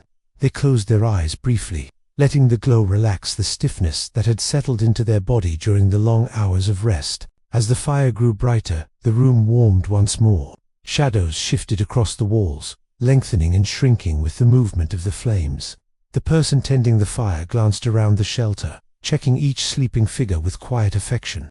All were resting peacefully, wrapped in the shared warmth of furs and blankets. Seeing this brought a small smile, a silent gratitude that the night had been kind so far. They returned to their spot beside the others, lying down carefully to preserve the warmth. The fire's glow brushed gently across their face as their eyes closed again. Sleep returned quickly, soft and heavy, pulling them back into its calm embrace. Outside, the night reached its quietest point, a stillness so deep that even the whisper of snowflakes falling seemed loud in comparison. The world was suspended in cold silence, the kind of silence that touched every surface, every branch, every breath. The stars overhead glimmered faintly through thin patches of cloud, their light distant and icy, like ancient watchful eyes peering down through the frost. Time moved slowly, but it moved all the same. And as the deep night wore on, the fire continued to breathe, the wind continued its quiet wandering, and the world held its long, patient vigil beneath winter's heavy cloak. But deep inside the shelter, warmth persisted. The ancient, flickering heart of fire kept alive the fragile thread of comfort, weaving it softly through the darkness, carrying the sleepers toward the faint glimmer of another dawn waiting far beyond the frozen horizon. And that far horizon, though hidden behind layers of darkness and drifting cloud, was slowly pulling the night onward, guiding it step by step toward morning. Yet for now, the night still held dominion over the land, wrapping everything in its vast, frozen quiet. The cold had become heavier in the hours before dawn, settling like a weight across the earth, pressing into the trees, the stones, the fields of snow that lay smooth and untouched beneath the pale light of the stars. Inside the shelter, the fire continued its slow whispering, the flames shifting in gentle curves that illuminated the sleeping shapes curled beneath fur blankets. The air glowed with a soft, muted warmth, not the hot crackling heat of a great blaze, but a steady, comforting warmth that radiated outward in slow waves. It was enough to keep the cold at bay, enough to let the sleepers drift deeper into dreams. One of the children stirred, blinking briefly at the faint amber glow. Their eyes were heavy, unfocused, drifting between waking and sleep. For a moment they sat up slightly, their breath rising in a small mist that shimmered in the firelight. And they listened, not to anything specific, but simply to the quiet. The shelter's silence was layered, a mixture of soft breaths, distant wind, and the low heartbeat of fire. It was a silence that felt protective, ancient, as though generations of winter nights had woven themselves into its walls. The child lay back down slowly, their small hands curling around the edge of the blanket. Sleep folded over them again with the ease of a familiar cloak. Outside the walls, unseen, snowflakes drifted gently from the sky, settling in soft layers upon the roof. Each flake landed with silent precision, joining the countless others that had fallen during the long hours of darkness. Snow built up like soft feathers, thickening the insulation that helped keep the warmth inside. Winter always offered small gifts like this, nature forming its own blanket over the homes of those who lived through the coldest months. In the forest nearby, the night creatures continued their quiet wanderings. An owl perched high on a bare branch shifted slightly, its feathers puffed up against the cold. Its wide eyes scanned the silent ground below, searching for the faintest movement. When none came, it remained still, waiting with the patience born from countless winter hunts. Farther away, a wolf lifted its head to the wind, sniffing the air. The pack was resting for now, gathered in a sheltered hollow, conserving their strength for the long journey ahead. Their breaths rose in thin clouds, mingling together in the dimness. But in the shelter, time flowed differently. It flowed not by the motion of animals or the shifting wind, but by the slow fading and brightening of the fire. The flames, which had grown stronger when they were tended hours before, were now beginning to sink again, settling into a bed of warm embers. The glow softened, dimming toward a deep red. The warmth remained, but it stretched thinner, reaching only a little way into the cool air that crept in from the edges of the room. This subtle shift was enough to stir one of the adults, who had slept lightly for much of the night. They opened their eyes to the faint reddish glow, and felt the thinness of the warmth. Without fully rising, they reached toward the small pile of wood beside them. The movement was slow, almost dreamlike, as their hand found a piece of dry wood and gently laid it onto the embers. For a long moment, nothing happened. Then a tiny thread of smoke curled upward, followed by the faintest flicker of flame. The person watched with quiet attentiveness, not rushing the fire, letting it grow in its own gradual rhythm. The flames licked softly at the bark, spreading their light until the shadows began to shift more broadly across the walls. When the fire had regained enough strength, the adults settled back down, letting the renewed warmth drift over them. Their eyes remained open for a few minutes, simply observing the gentle world around them. In the dim firelight, everything seemed softened, the wooden beams glowing faintly, the sleeping forms rising and falling in slow motion. The frost outside the shuttered windows casting delicate patterns where the cold pressed against the warm interior. These moments, quiet and unhurried, were part of the rhythm of winter life. Nights were long, but they were filled with countless small rituals of care, tending the fire, adjusting blankets, listening to the wind, ensuring that the fragile balance between warmth and cold was maintained. Slowly, their eyes drifted closed again, the fire's glow still flickering against their eyelids. Sleep reclaimed them gently, like drifting down into a warm pool of still water. Outside, the wind shifted, carrying with it a faint, distant sound, the soft creak of ancient trees leaning in the cold. The forest had its own language during winter nights, a collection of groans, sighs, and whispers that echoed softly through the frozen landscape. These sounds were older than the people who lived within the shelter, older than the wooden beams, older even than many of the traditions passed down through generations.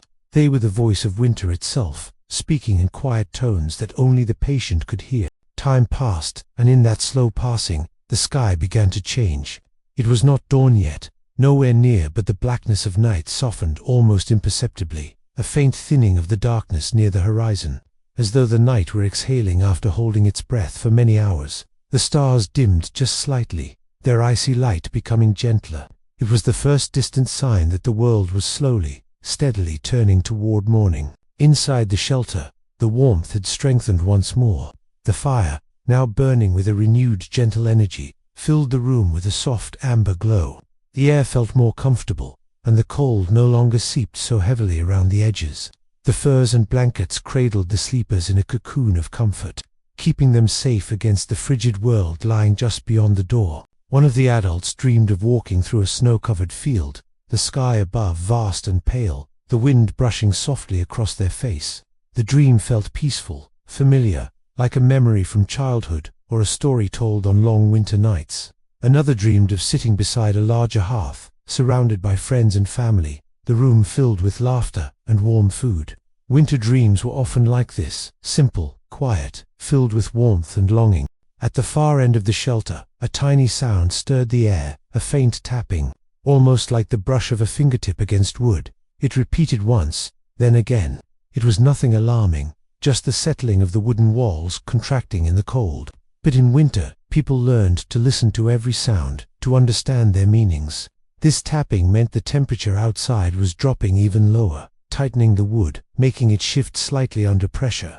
It was another reminder of nature's presence, steady and unchanging. The tapping faded, swallowed by the surrounding quiet. The night settled again into its deep stillness, holding its breath as time crept onward. Hours slipped by, each one blending into the next with soft, seamless ease. The fire was tended once more, this time by another adult, whose turn had come without words needing to be spoken. They added wood, stirred the embers gently, and sat close for a few minutes to absorb the warmth. Their thoughts drifted peacefully, floating like soft snow through the quiet of the room. When they returned to their place, the fire glowed brighter, stronger. The warmth deepened, pushing back the lingering cold that clung to the corners. The sleepers sighed softly in their rest, shifting a little as the comfortable heat reached them once more. Outside, clouds began to gather, thin and silvery, drifting across the sky like slow-moving rivers. Snowflakes fell intermittently, swirling down in gentle spirals that caught the faint starlight. The world was wrapped in a soft haze of falling snow, each flake unique, delicate, vanishing the moment it touched the warm breath of life. The horizon brightened again very slightly, very far away, hinting that dawn was drawing nearer. But still the night held its place, lingering with the patience of something ancient and powerful. Winters in ancient times were long, demanding resilience, patience, and the steady, unbroken rhythm of tending the fire, sleeping in shared warmth, and trusting the rituals that kept life safe. Deep inside the shelter, the people slept on, wrapped in warmth, while the world outside lay frozen and waiting. The balance held steady, warmth within, cold without, as the night continued its slow journey toward the first pale shimmer of morning light. And though that pale shimmer was still distant, still hidden behind thick layers of cloud and drifting snow, its promise lingered quietly at the edge of the world, like a soft glow waiting to unfold. The night carried on with its deep stillness, settling itself around the shelter in steady, patient silence. Winter had a way of slowing everything, stretching each hour into long, gentle threads that drifted into one another without hurry or urgency. Inside the shelter, the fire continued its quiet breathing, the flames swaying in soft curves that painted the wooden walls with warm amber light. The shadows shifted slowly, rising and falling as though they, too, were caught in the rhythm of sleep. The air was filled with that same steady warmth, delicate, persistent, weaving itself through every corner of the room and wrapping itself around each sleeping form. One of the older adults lay awake now, though they did not move. Their eyes were open only slightly, watching the faint flicker of the fire with calm, unhurried attention. They listened to the soft breaths of their family, to the distant sigh of the wind against the roof, to the quiet settling of the wooden beams. All these sounds, familiar and gentle, were part of a winter symphony that had accompanied countless nights like this one. They knew the cold outside was deep tonight, perhaps deeper than any night so far in this long season. The way the wood creaked, the faintness of the stars through the clouded sky, the dryness of the air that slipped in through the tiny cracks, all these small signs spoke of bitter frost pressing close, but they also knew the fire was strong, the furs warm, and the shelter sturdy.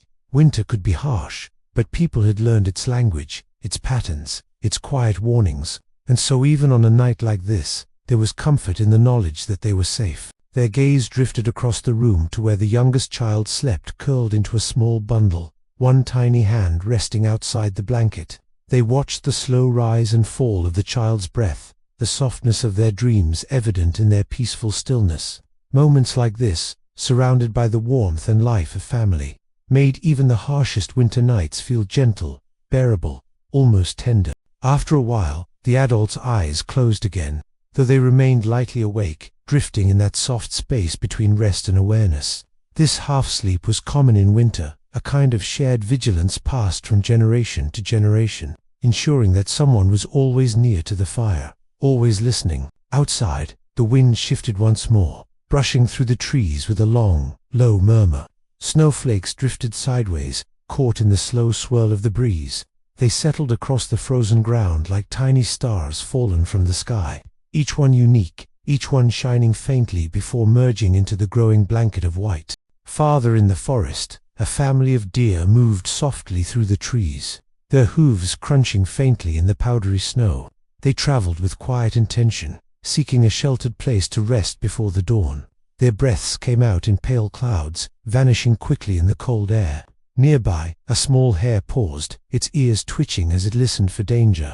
Its fur, thick and white for winter, blended almost perfectly into the snow, offering protection from eyes that might be watching. The forest was alive in its own quiet way, but all of its movements were slow, gentle, careful, the way life always moved in the heart of winter. Inside the shelter, the fire crackled softly as another piece of wood caught flame, breaking open with a faint snap. The sound was enough to stir one of the middle-aged adults, who stretched slowly beneath their blanket, blinking in the warm glow. They sat up slightly, rubbing their eyes, then looked around the room with the soft, heavy gaze of someone waking peacefully. They rose quietly, stepping toward the hearth with slow, practiced motions. The warmth embraced them immediately, brushing against their skin like a gentle hand. They crouched beside the fire, studying the flames for a moment. The fire was steady, but the night was still long, and so they added another log, placing it carefully so as not to collapse the delicate structure of the burning wood. As the new log settled into place, a small swirl of sparks danced upward, glowing briefly before fading into the air. The adult watched them drift away, then reached for a nearby clay pot filled with water, tapping it gently to check if any ice had formed near the rim. The warmth of the fire had kept it from freezing, and they took a small sip, feeling the cool water refresh their throat before returning the pot to its place. They stretched their hands toward the fire again, absorbing the gentle heat that spread slowly up their arms. In ancient winters, these small moments of warmth were precious little islands of comfort within the vast cold. People learned to savor them, to let the heat seep deep into their bones, restoring the strength needed to face the days and nights ahead. After a quiet minute, the adult sat back down near the others, the firelight flickering softly across their face. They adjusted the blankets of a younger sibling who had shifted in their sleep, tucking the furs around them securely. These small gestures were part of winter life, acts of care woven into the rhythm of survival. The sky outside continued its slow transformation. Though night still held firm, the darkness was now lighter than before, tinged with the faintest whisper of gray. Winter dawns often crept in like this, not with sudden brightness, but with gentle hints that built slowly over time. Clouds drifted overhead in thick, pale layers, carrying the promise of more snow. Each cloud moved at a slow, steady pace, like great ships sailing through the quiet sky. A distant cracking sound echoed faintly, the ice on a far-off stream shifting beneath the pressure of deep cold. The sound traveled through the frozen air, reaching the shelter as a thin, distant note. Inside, the sleepers did not stir. The sound was familiar, part of the natural language of winter landscapes. The fire burned steadily, its light deepening into a warmer glow as more wood caught flame. The room brightened slightly, casting long, soft shadows that stretched across the floor. The warmth grew stronger, filling the air with a soothing calmness that made the blankets even more inviting. One of the older children murmured in their sleep, turning slowly onto their side. A strand of hair fell across their face, and the gentle heat from the fire illuminated it like a thread of gold. Their dream continued, untouched, filled with whatever soft visions the winter night had woven for them. Hours continued to pass in quiet sequence. The fire was tended again, though each tending required only small adjustments, a piece of wood here, a gentle stirring there. The night outside moved gradually toward dawn, but the shelter held its own timeless rhythm, unhurried and serene. In many ancient cultures, winter nights like this were considered sacred times, when the world was at its calmest. When the boundary between the waking world and the dream world grew thin, people told stories of spirits wandering through the forests on the coldest nights, of ancestors whispering through the wind, of animals carrying messages hidden in their movements. Whether believed literally or understood as metaphor, these stories gave the darkness meaning, shaping the experience of winter into something that felt connected, shared, and alive. Inside the shelter, the night's peace remained unbroken. The fire glowed gently, its warmth spreading outward in soft waves that touched every sleeper. The world outside was frozen, silent, and vast, but within these walls, warmth held its place, fragile yet steadfast. And that unfolding, though still hidden behind the last deep stretch of night, was already stirring in the sky's pale undercurrent. The darkness, once absolute and heavy, had become softer now, touched with a faint grayness that hinted at the approaching day. It was the quietest moment of the night, that thin boundary where the world holds its breath, suspended between the lingering weight of darkness and the tender promise of light. Inside the shelter, the fire had settled into a quiet, steady glow. The flames no longer rose high but curled inward, flowing over the wood with gentle, looping movements. The embers pulsed softly beneath, glowing like tiny scattered stars gathered together in a bed of ash. The air around the hearth shimmered faintly with warmth, drifting outward in slow waves that wrapped themselves around each sleeping figure. Outside, the snow had stopped falling, leaving the world draped in a thick, untouched blanket of white. The trees, heavy with frost, stood still and silent, their branches outlined in pale crystals that caught what little light the sky offered. Everything seemed frozen in time, as though the entire landscape were holding still for the first whisper of dawn. One of the adults stirred in their sleep, shifting slightly as the warmth of the fire brushed against their face. Their eyes opened slowly, adjusting to the soft glow that painted the room. For a moment they simply watched the gentle flicker of flames, letting the calmness seep through them. Winter mornings were never rushed. They arrived like slow, careful breaths, each moment unfolding with quiet patience. As they sat up, pulling the fur blanket closer around their shoulders, they listened to the familiar sounds of the shelter, the soft breathing of family members, the faint crackle of the hearth, the occasional whisper of wind brushing against the walls. All of it formed a comforting background, the soundscape of countless winter nights endured by generations before them. The adult rose carefully, their footsteps soft against the wooden floor. They knelt by the fire, studying the embers with thoughtful attention. The fire had been tended well through the night, but morning would require fresh strength, enough heat to prepare food, to warm water, to push back the lingering cold that crept in at dawn's edge. With gentle precision, they reached for a small log and placed it lightly atop the embers. The wood caught slowly, thin tendrils of flame curling upward to embrace the bark. They added another piece, watching the flames grow brighter, more lively. A soft warmth spread through the room, stirring the air. The shadows on the walls shifted, retreating into the corners as the fire regained its morning vigor. The adult lingered there for a moment, letting the heat soak into their hands, feeling the familiar comfort of another winter day beginning. Outside, the sky brightened further. A thin layer of cloud stretched across the horizon, glowing faintly with the early light. This light did not yet reach the forest floor, but it touched the highest branches, turning the frost a delicate silver. The world was beginning to wake beneath winter's cold hush. In the forest, animals stirred in their hidden shelters. The deer shifted softly, shaking loose the snow that had gathered on their backs during the night. A fox stretched its slender body and blinked through the pale dimness, listening carefully before trotting off in search of food.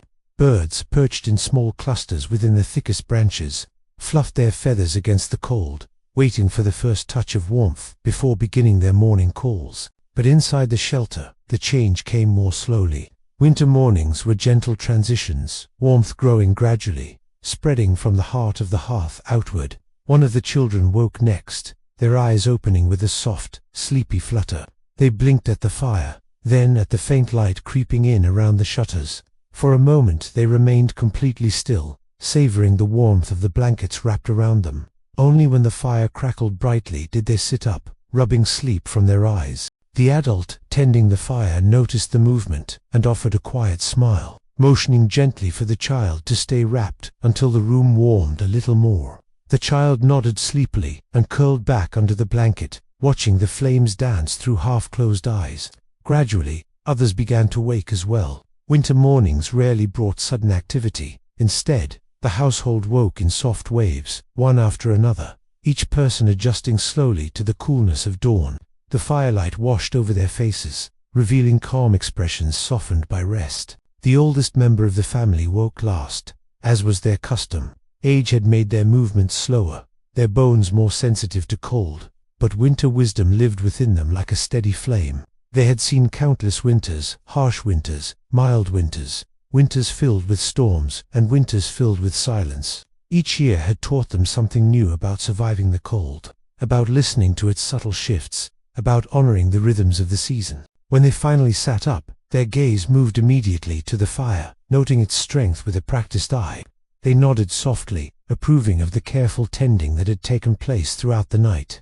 These morning moments often brought memories of winters long past, of nights spent in different shelters, of family members who had lived through similar cold seasons decades before. Winter had a way of stitching the present to the past, creating a tapestry of shared endurance. Another log was added to the fire, and this one caught quickly, sending a warm burst of light across the walls. The shelter began to feel more alive now, the air shifting from the cool breath of night to the gentle warmth of morning. Blankets were pulled aside, furs shaken out, and slowly the family came together near the hearth, gathering in the glow that gave the day its beginning. A pot of water was placed near the fire to heat, the steam rising softly as it warmed. The scent of wood smoke filled the air, mixing with the faint aroma of dried herbs added to the pot. In ancient winters, morning meals were simple, often a warm broth, a small piece of bread, or grains softened by heat. These foods gave strength for the long days ahead, when work needed to be done despite the cold. As the pot warmed, the older child began to tell a dream they'd had, something about walking through a snowy forest where the trees whispered secrets and the sky glowed with strange colors. The others listened quietly, their smiles soft, their eyes gentle. Winter dreams often carried a kind of magic, shaped by the long nights and the deep quiet of the season. The eldest adult shared a memory of a winter long ago, when the snow had risen so high it nearly covered the doorway. They spoke of digging through drifts taller than a person, of fires burning day and night, of laughter shared despite the cold. The younger ones listened with interest, imagining those ancient winters where everything felt larger, harsher, more mysterious. As the morning light grew stronger, the sky shifted from grey to a soft, pale blue. It was still cold, bitterly cold, but the arrival of daylight softened winter's harshness, offering a sense of renewal. The frost on the branches glimmered more brightly now, catching the first rays of sun hidden behind thin clouds. The family began their morning tasks. Some brushed the snow from just outside the doorway, clearing a small path. Others checked the wood supply, bringing in new logs to replenish the stack. These tasks were part of the daily rhythm, shared by everyone regardless of age. Winter demanded cooperation. Each pair of hands had a role. Each person contributed to the warmth and survival of the group. Even simple tasks carried a certain calmness. The sound of wood being placed gently beside the hearth, the soft brushing of snow from boots, the stirring of the warm pot over the fire, all blended into a peaceful harmony. Winter mornings, despite their demands, often felt serene in their slowness. As the morning deepened, the fire continued to burn steadily. The room brightened, warmed, and filled with the soft murmur of voices. The world outside might have been frozen and quiet, but inside, life moved forward with gentle resilience. The frozen world waited beyond the door, but here, within the shelter's wooden walls, warmth and routine created a fragile, precious refuge, a place where winter could be met with patience, unity, and quiet strength. And the winter night stretches on, and still the world beneath that frozen sky breathes with its quiet, ancient rhythm, as if every drifting snowflake carries the weight of 1,000 forgotten winters, and every soft gust of wind is a whisper from people long gone who once stood where others now stand, feeling the same cold, the same longing for warmth, the same deep hope that morning would come gently and with mercy. And as the darkness slowly shifts and folds across distant hills, the story keeps moving, gliding softly into the next memory of how people endured the cold before heating was ever imagined. And it happens now in a place far from the last village, somewhere stretched between wild forests and rolling chalk valleys, where solitude had no walls and winter roamed freely, unchallenged. In this new stretch of land, a lonely figure walks with a slow, heavy gait, wrapped in rough furs that sway with the movement of each step, and the sky above them is a faint wash of pale moonlight traced with thin veils of cloud, and each breath the traveler exhales vanishes almost instantly in the freezing air. They are not heading toward a home made of stone or wood, but to a shelter carved from the land itself, a simple structure, built against a rise in the earth, reinforced with branches woven tightly and packed over with thick layers of soil and woven reeds. It isn't beautiful, but it is strong, and tonight, that is all that matters. Inside, the darkness is close, softened only by the faint orange shimmer of a small flame cupped carefully in a clay bowl, and the traveler crouches low and steps inside, brushing snow from their cloak as they settle onto the hard, cold floor. This home is more like a burrow than a house, low and narrow, with a ceiling that dips close, to the head, but it holds warmth far better than any tall structure could, because it traps heat the way the earth traps the memory of summer. Against one wall sits a pile of withered grass and dried moss that serves as bedding, and next to it lie bundles of twigs tied with strips of hide to feed the small flame through the long hours ahead. The traveler gently feeds a few strands of bark into the bowl of fire, watching the flame lean toward them as if grateful for the offering. Then they close their eyes and listen, not for danger, not for wolves or the cracking of ice, but for the heartbeat of the earth itself, humming low and steady beneath the frozen surface. Outside, the wind brushes across the land with long, sighing strokes, sending waves of snow drifting like sand across the quiet ground, and for a time nothing moves, nothing disturbs the gentle pulse of the night. But as the hours stretch deeper, something begins to happen, a sound, faint and rhythmic, echoing softly through the stillness. It is the sound of wooden wheels crunching over hard-packed snow, growing clearer with each passing moment. The traveler opens their eyes, lifts their head slightly, and listens as the sound draws nearer, slow and heavy and unmistakably deliberate. A caravan approaches, not a grand one but a single cart pulled by an ox, its breath steaming into the frozen air in thick clouds. Behind the cart walk three figures bundled in heavy cloaks, their faces nearly hidden, only their eyes visible beneath the folds of fur. They stop near the burrow shelter, speaking to each other in low, tired voices, and the traveler inside listens quietly, recognizing something familiar in their tone, not fear, not urgency, but simple exhaustion, the kind that settles deep in the bones during long winters when every mile feels like its own season. The cart creaks as one of them shifts a sack of grain from one side to the other, ensuring it won't tip in the snow. Another rubs the ox's neck gently, whispering encouragement, and the third kneels to brush snow from a small clay lantern to light their path again.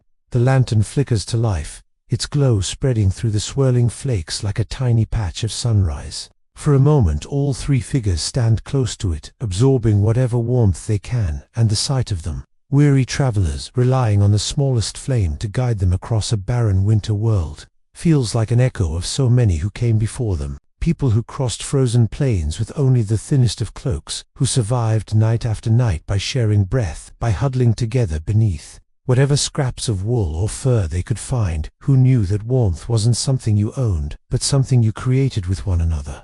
The traveler inside the burrow watches them through a small opening, their breath quiet, their presence unnoticed. They know better than to call out in winter, especially in the deep wilds.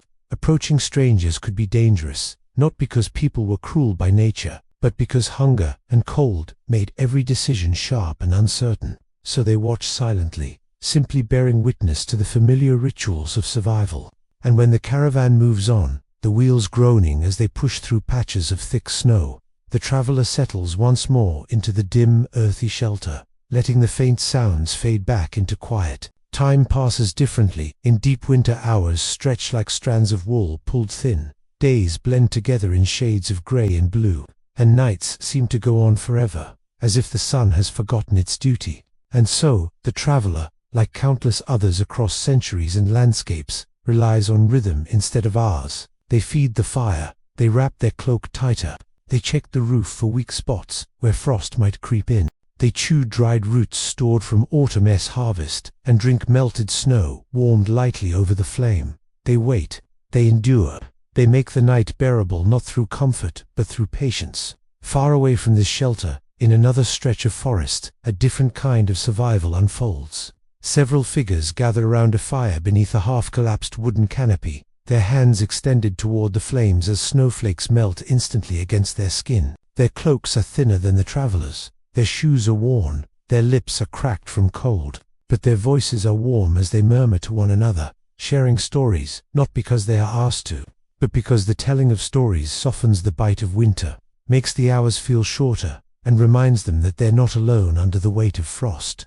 One of them, an older man with a long grey beard, leans back against a stack of logs and begins to speak, his voice low and steady. He talks of winters long ago, of a time when people built fires inside shallow pits lined with stones to hold the heat, when families huddled so close their breaths mingled in the dark, forming a single cloud of warmth that kept them from freezing. He talks of how his grandmother once survived a blizzard by burying herself beneath a mound of hay, using the trapped air to stay warm through a night so cold it cracked the ribs of her home. And the others listen, captivated, even though they've heard the story many times before. Because in winter, stories are insulation, thin but powerful. Snow gathers around them as the fire crackles, and the shadows of their bodies dance gently across the white ground. Above them, the sky stretches vast and pale, the moon casting a faint glow that glimmers across frost-covered branches. The forest seems to breathe with them, each gust of wind a reminder that nature is both shelter and threat. And still the night continues, moving slowly from one breath to another, from one memory to the next, weaving the lives of these travelers and wanderers into the endless fabric of winter. And as the landscape settles again into silence, as the flames dim slightly and the cold presses closer like an unseen hand, the world prepares to shift, once more drawing us deeper into the long, unbroken tale of how people found warmth without ever knowing the conveniences that would one day exist, guiding us quietly toward the next place where winter waits with its soft silver breath.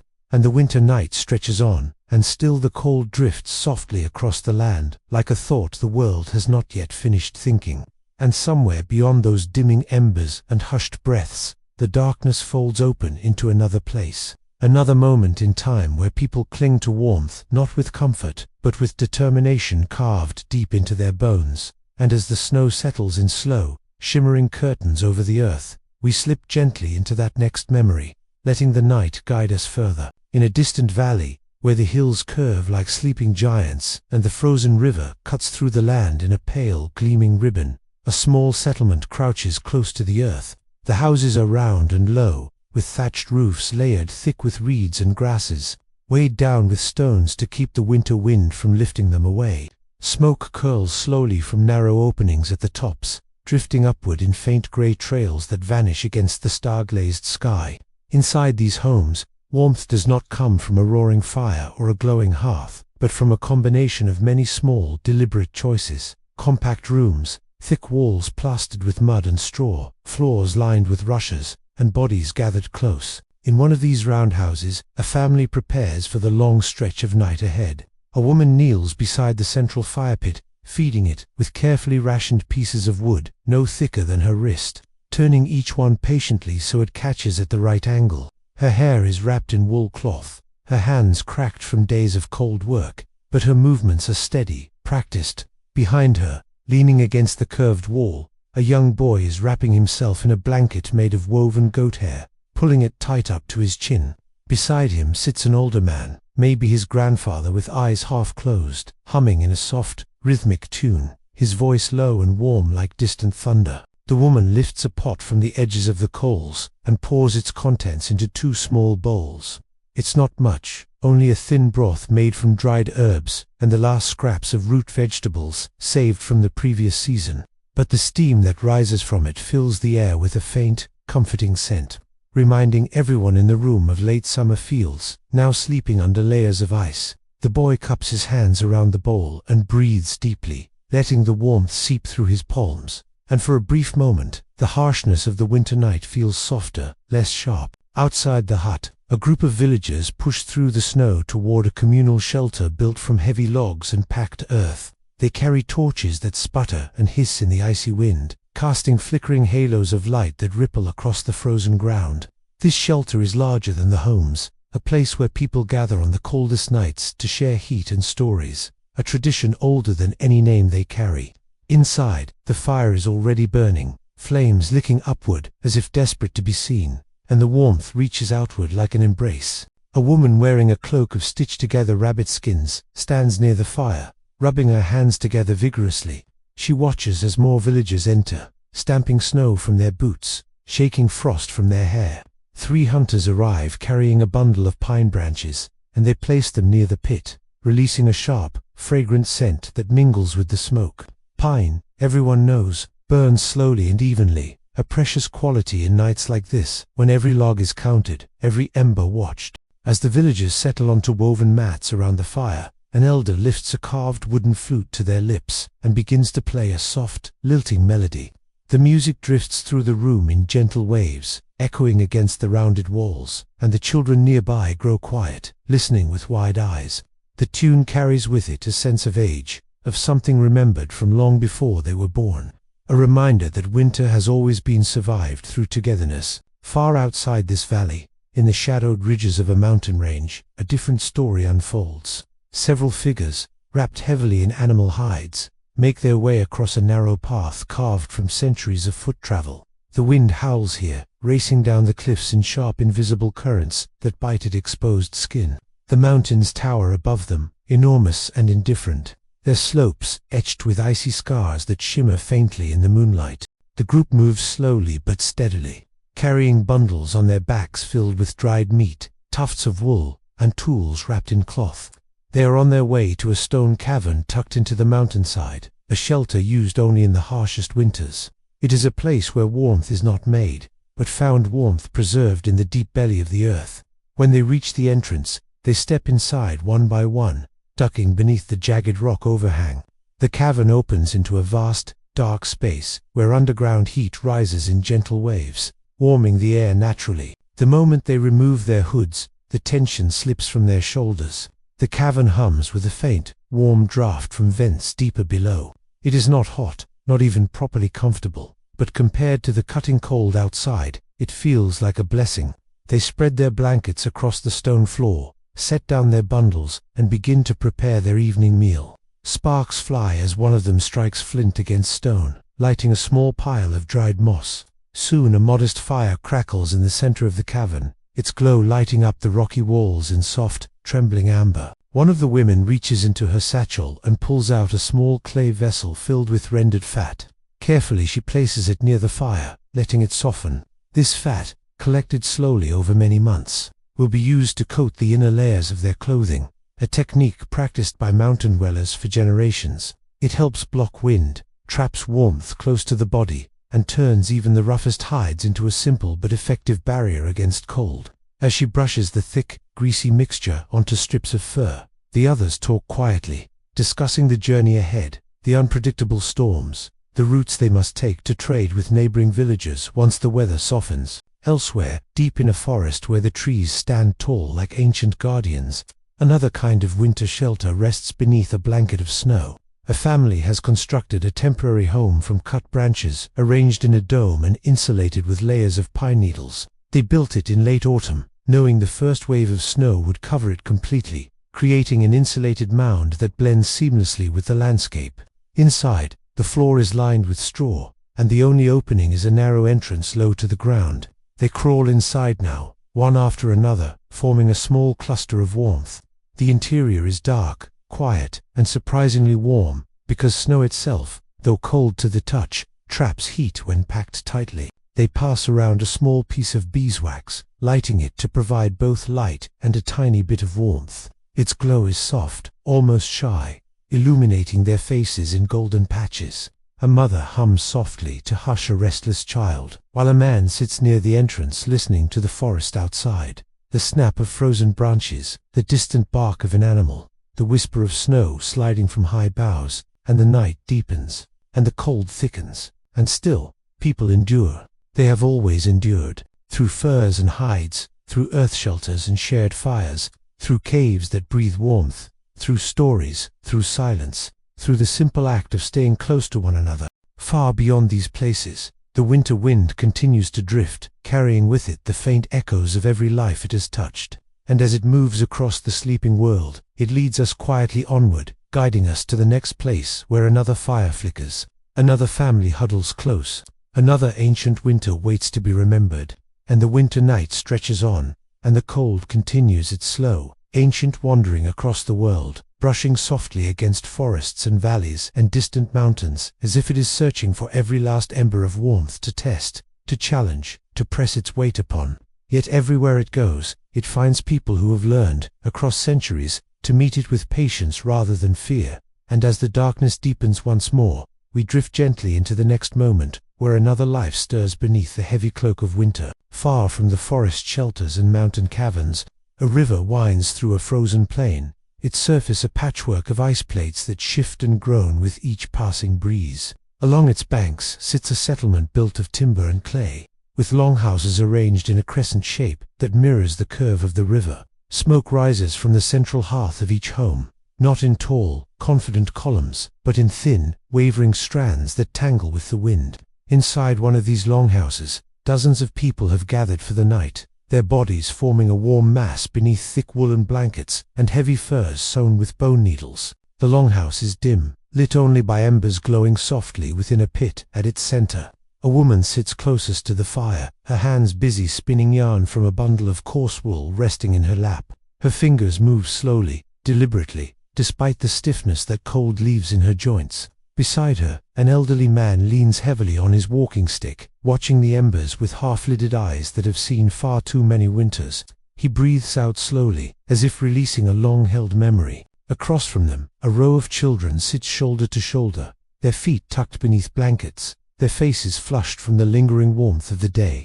They huddle together like sparrows, whispering to each other as the longhouse settles into the deep silence of night. One child clutches a carved wooden toy, a small reindeer, holding it close to their chest, its edges smooth from years of handling. Tonight, as the cold presses close, even this tiny object feels like a comfort. Further down the longhouse, several families have spread out bundles of dried grass, shaping makeshift bedding across the packed earth floor. They lay their cloaks over the piles, smoothing them with practiced motions. The faint scent of smoke clings to everything, to the blankets, to the skins hanging along the walls, even to their hair. And though modern eyes might see only hardship here, the people inside feel something different: safety. The longhouse is their shared armor against the icy world beyond its wooden walls. One man, tall and broad-shouldered, sits sharpening a small blade, running a whetstone along its edge in slow, steady strokes. The rhythmic sound blends with the soft crackle of the embers, forming a quiet lullaby of survival. He pauses occasionally to inspect the blade, nodding with quiet approval. Tools must be kept sharp in winter, not just for hunting, but for simple tasks like cutting frozen rope, splitting wood, carving through thick hides. A dull blade is dangerous in the cold, where every mistake is magnified by numb fingers and brittle air. As the longhouse grows warmer with shared breath and layered blankets, a gentle murmur begins spreading through the room. People speak in low voices, some telling stories of winters long past, others discussing tomorrow's tasks, others humming songs carried from distant villages passed through generations. These simple sounds weave together into a calm, quiet tapestry of human presence, holding the night at bay. Outside, the wind lifts again, sweeping snow across the frozen plain in swirling ribbons. The longhouse trembles slightly as the gusts push against its wooden frame, but it holds firm, its structure strengthened by years of careful maintenance. Thick beams support the roof, and bundles of straw fill cracks between the planks, preventing icy drafts from sneaking inside. In a corner, a pair of boots, stiff from days of travel, rest near the door, slowly thawing. Beyond this settlement, the winter continues to drift, gliding toward a frozen marshland where water reeds bow beneath heavy snow. Here, a small band of travelers has set up a temporary camp, building a windbreak from stacked reeds, woven tightly together. Behind it, they have dug a shallow trench lined with stones, where a low fire now burns. It is barely visible from afar, hidden carefully so as not to attract unwanted attention, whether from wandering animals or desperate strangers seeking warmth. These travelers are traders, carrying packs filled with salt, dried berries, and woven cloth from a distant port town. Their faces are red from cold, their movements slow and deliberate. One of them kneels close to the fire, roasting a thin strip of dried fish over the coals. Another tightens the lashings on a wrapped bundle, ensuring nothing loosens during the night. A third pulls a hood over their head, settling against the mound of snow that acts as both cushion and wind barrier. Their fire doesn't burn high. It isn't allowed to. Instead, it lives as a small, glowing heart tucked close to the earth, providing just enough warmth to keep frostbite away, just enough comfort to hold sleep gently in the hours ahead. They sip warm broth made from herbs steeped in melted snow, passing the bowl from one pair of shaking hands to another, each sip grounding them a little more in the fragile balance between cold and endurance. Farther still, deep in a land where ancient fortresses stand like silent sentinels against the sky, another winter ritual begins. Inside thick stone walls, people gather in a vast hall where torches blaze along the walls, casting long, trembling shadows across the flagged floor. The fire in the central hearth roars, sending sparks drifting upward into the smoke-blackened rafters. Here, warmth is abundant, but always earned. The fortress has survived because its people understand winter well. They share heat, work in shifts, ration fuel, and seal off rooms that are not in use. A group of men and women sit around the hearth, sharpening tools, mending clothes, repairing harnesses. Children crouch near a pile of straw, twisting it into thick rope for the horses' bedding.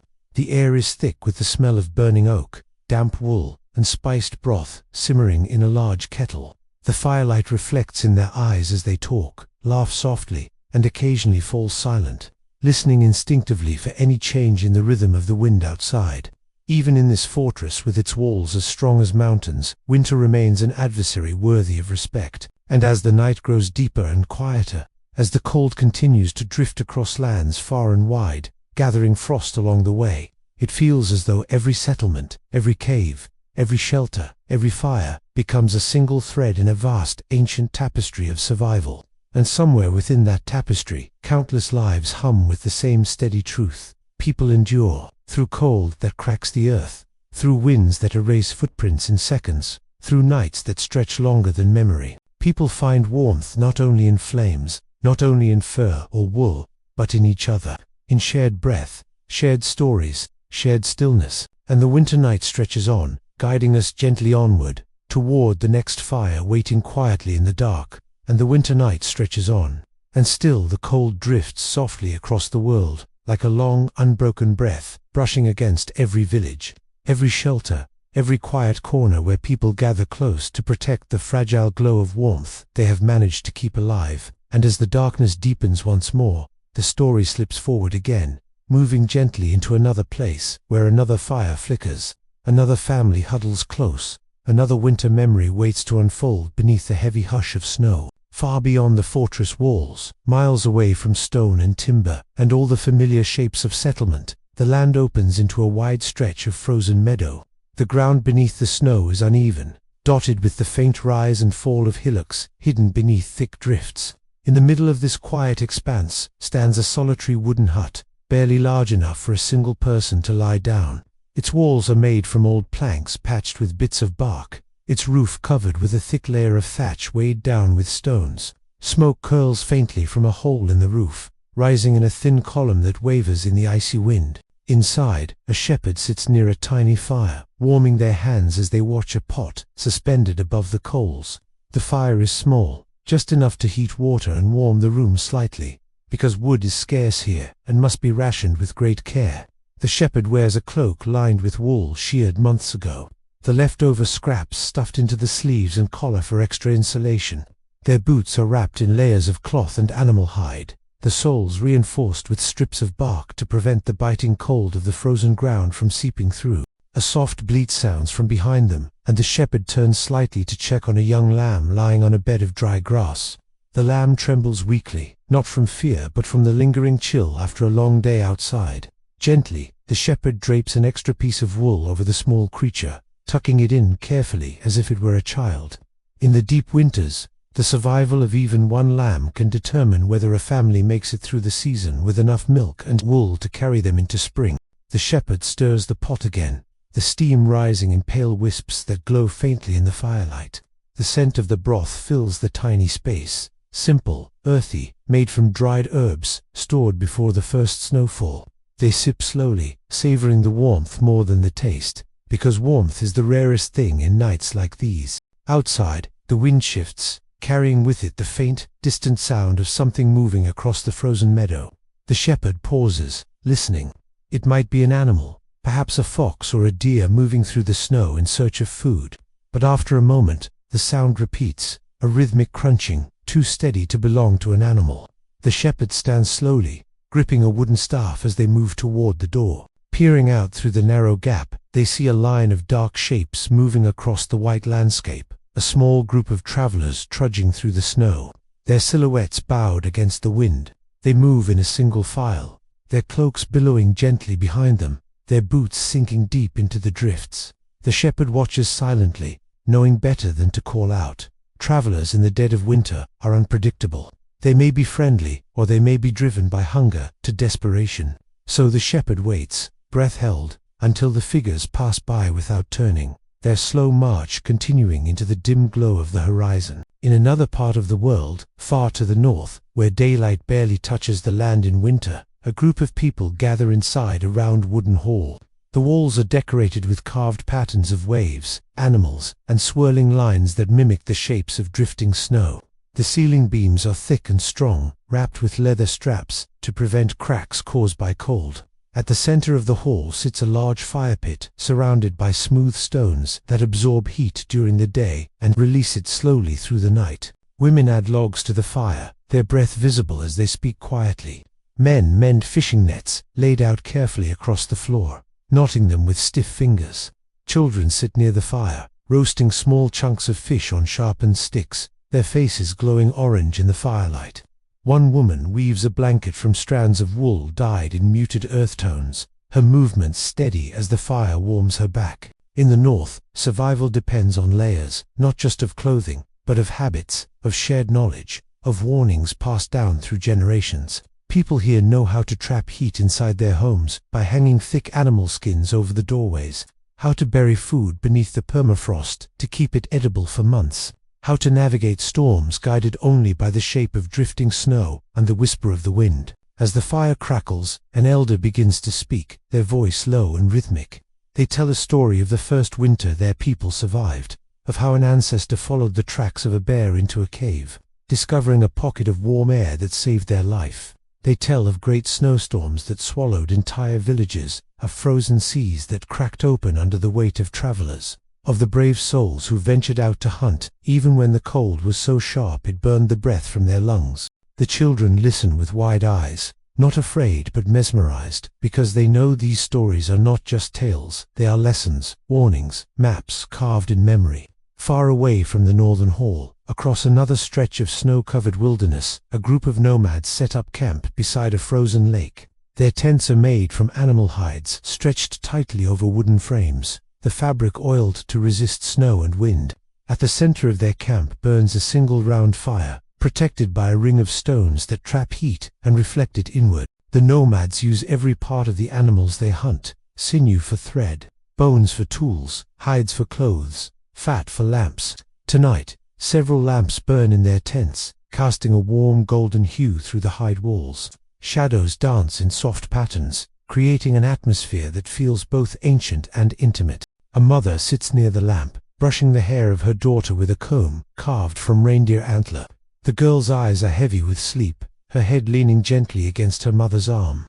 Outside, a group of men sharpen their spears and discuss tomorrow's hunt, their voices low and steady. They know the risks. Animals are harder to track in winter, and the cold can turn a simple mistake into tragedy. But their faces remain calm. They have learned to read the signs of the land, to sense weather changes long before they arrive. As the night deepens, the fire crackles softly, sending tiny sparks drifting upward like lost stars. The nomads settle in for sleep, each person wrapped in thick furs, each breath warming the small space around them. And again, the world grows quiet, the stillness settling like frost over the land, and the winter night stretches on, and people endure, and warmth, in all its fragile forms, continues to flicker in the dark in fires, in breath, in stories, in togetherness, guiding us gently onward into the next memory, where another winter waits to reveal the quiet ways people once learned to survive its long, cold embrace.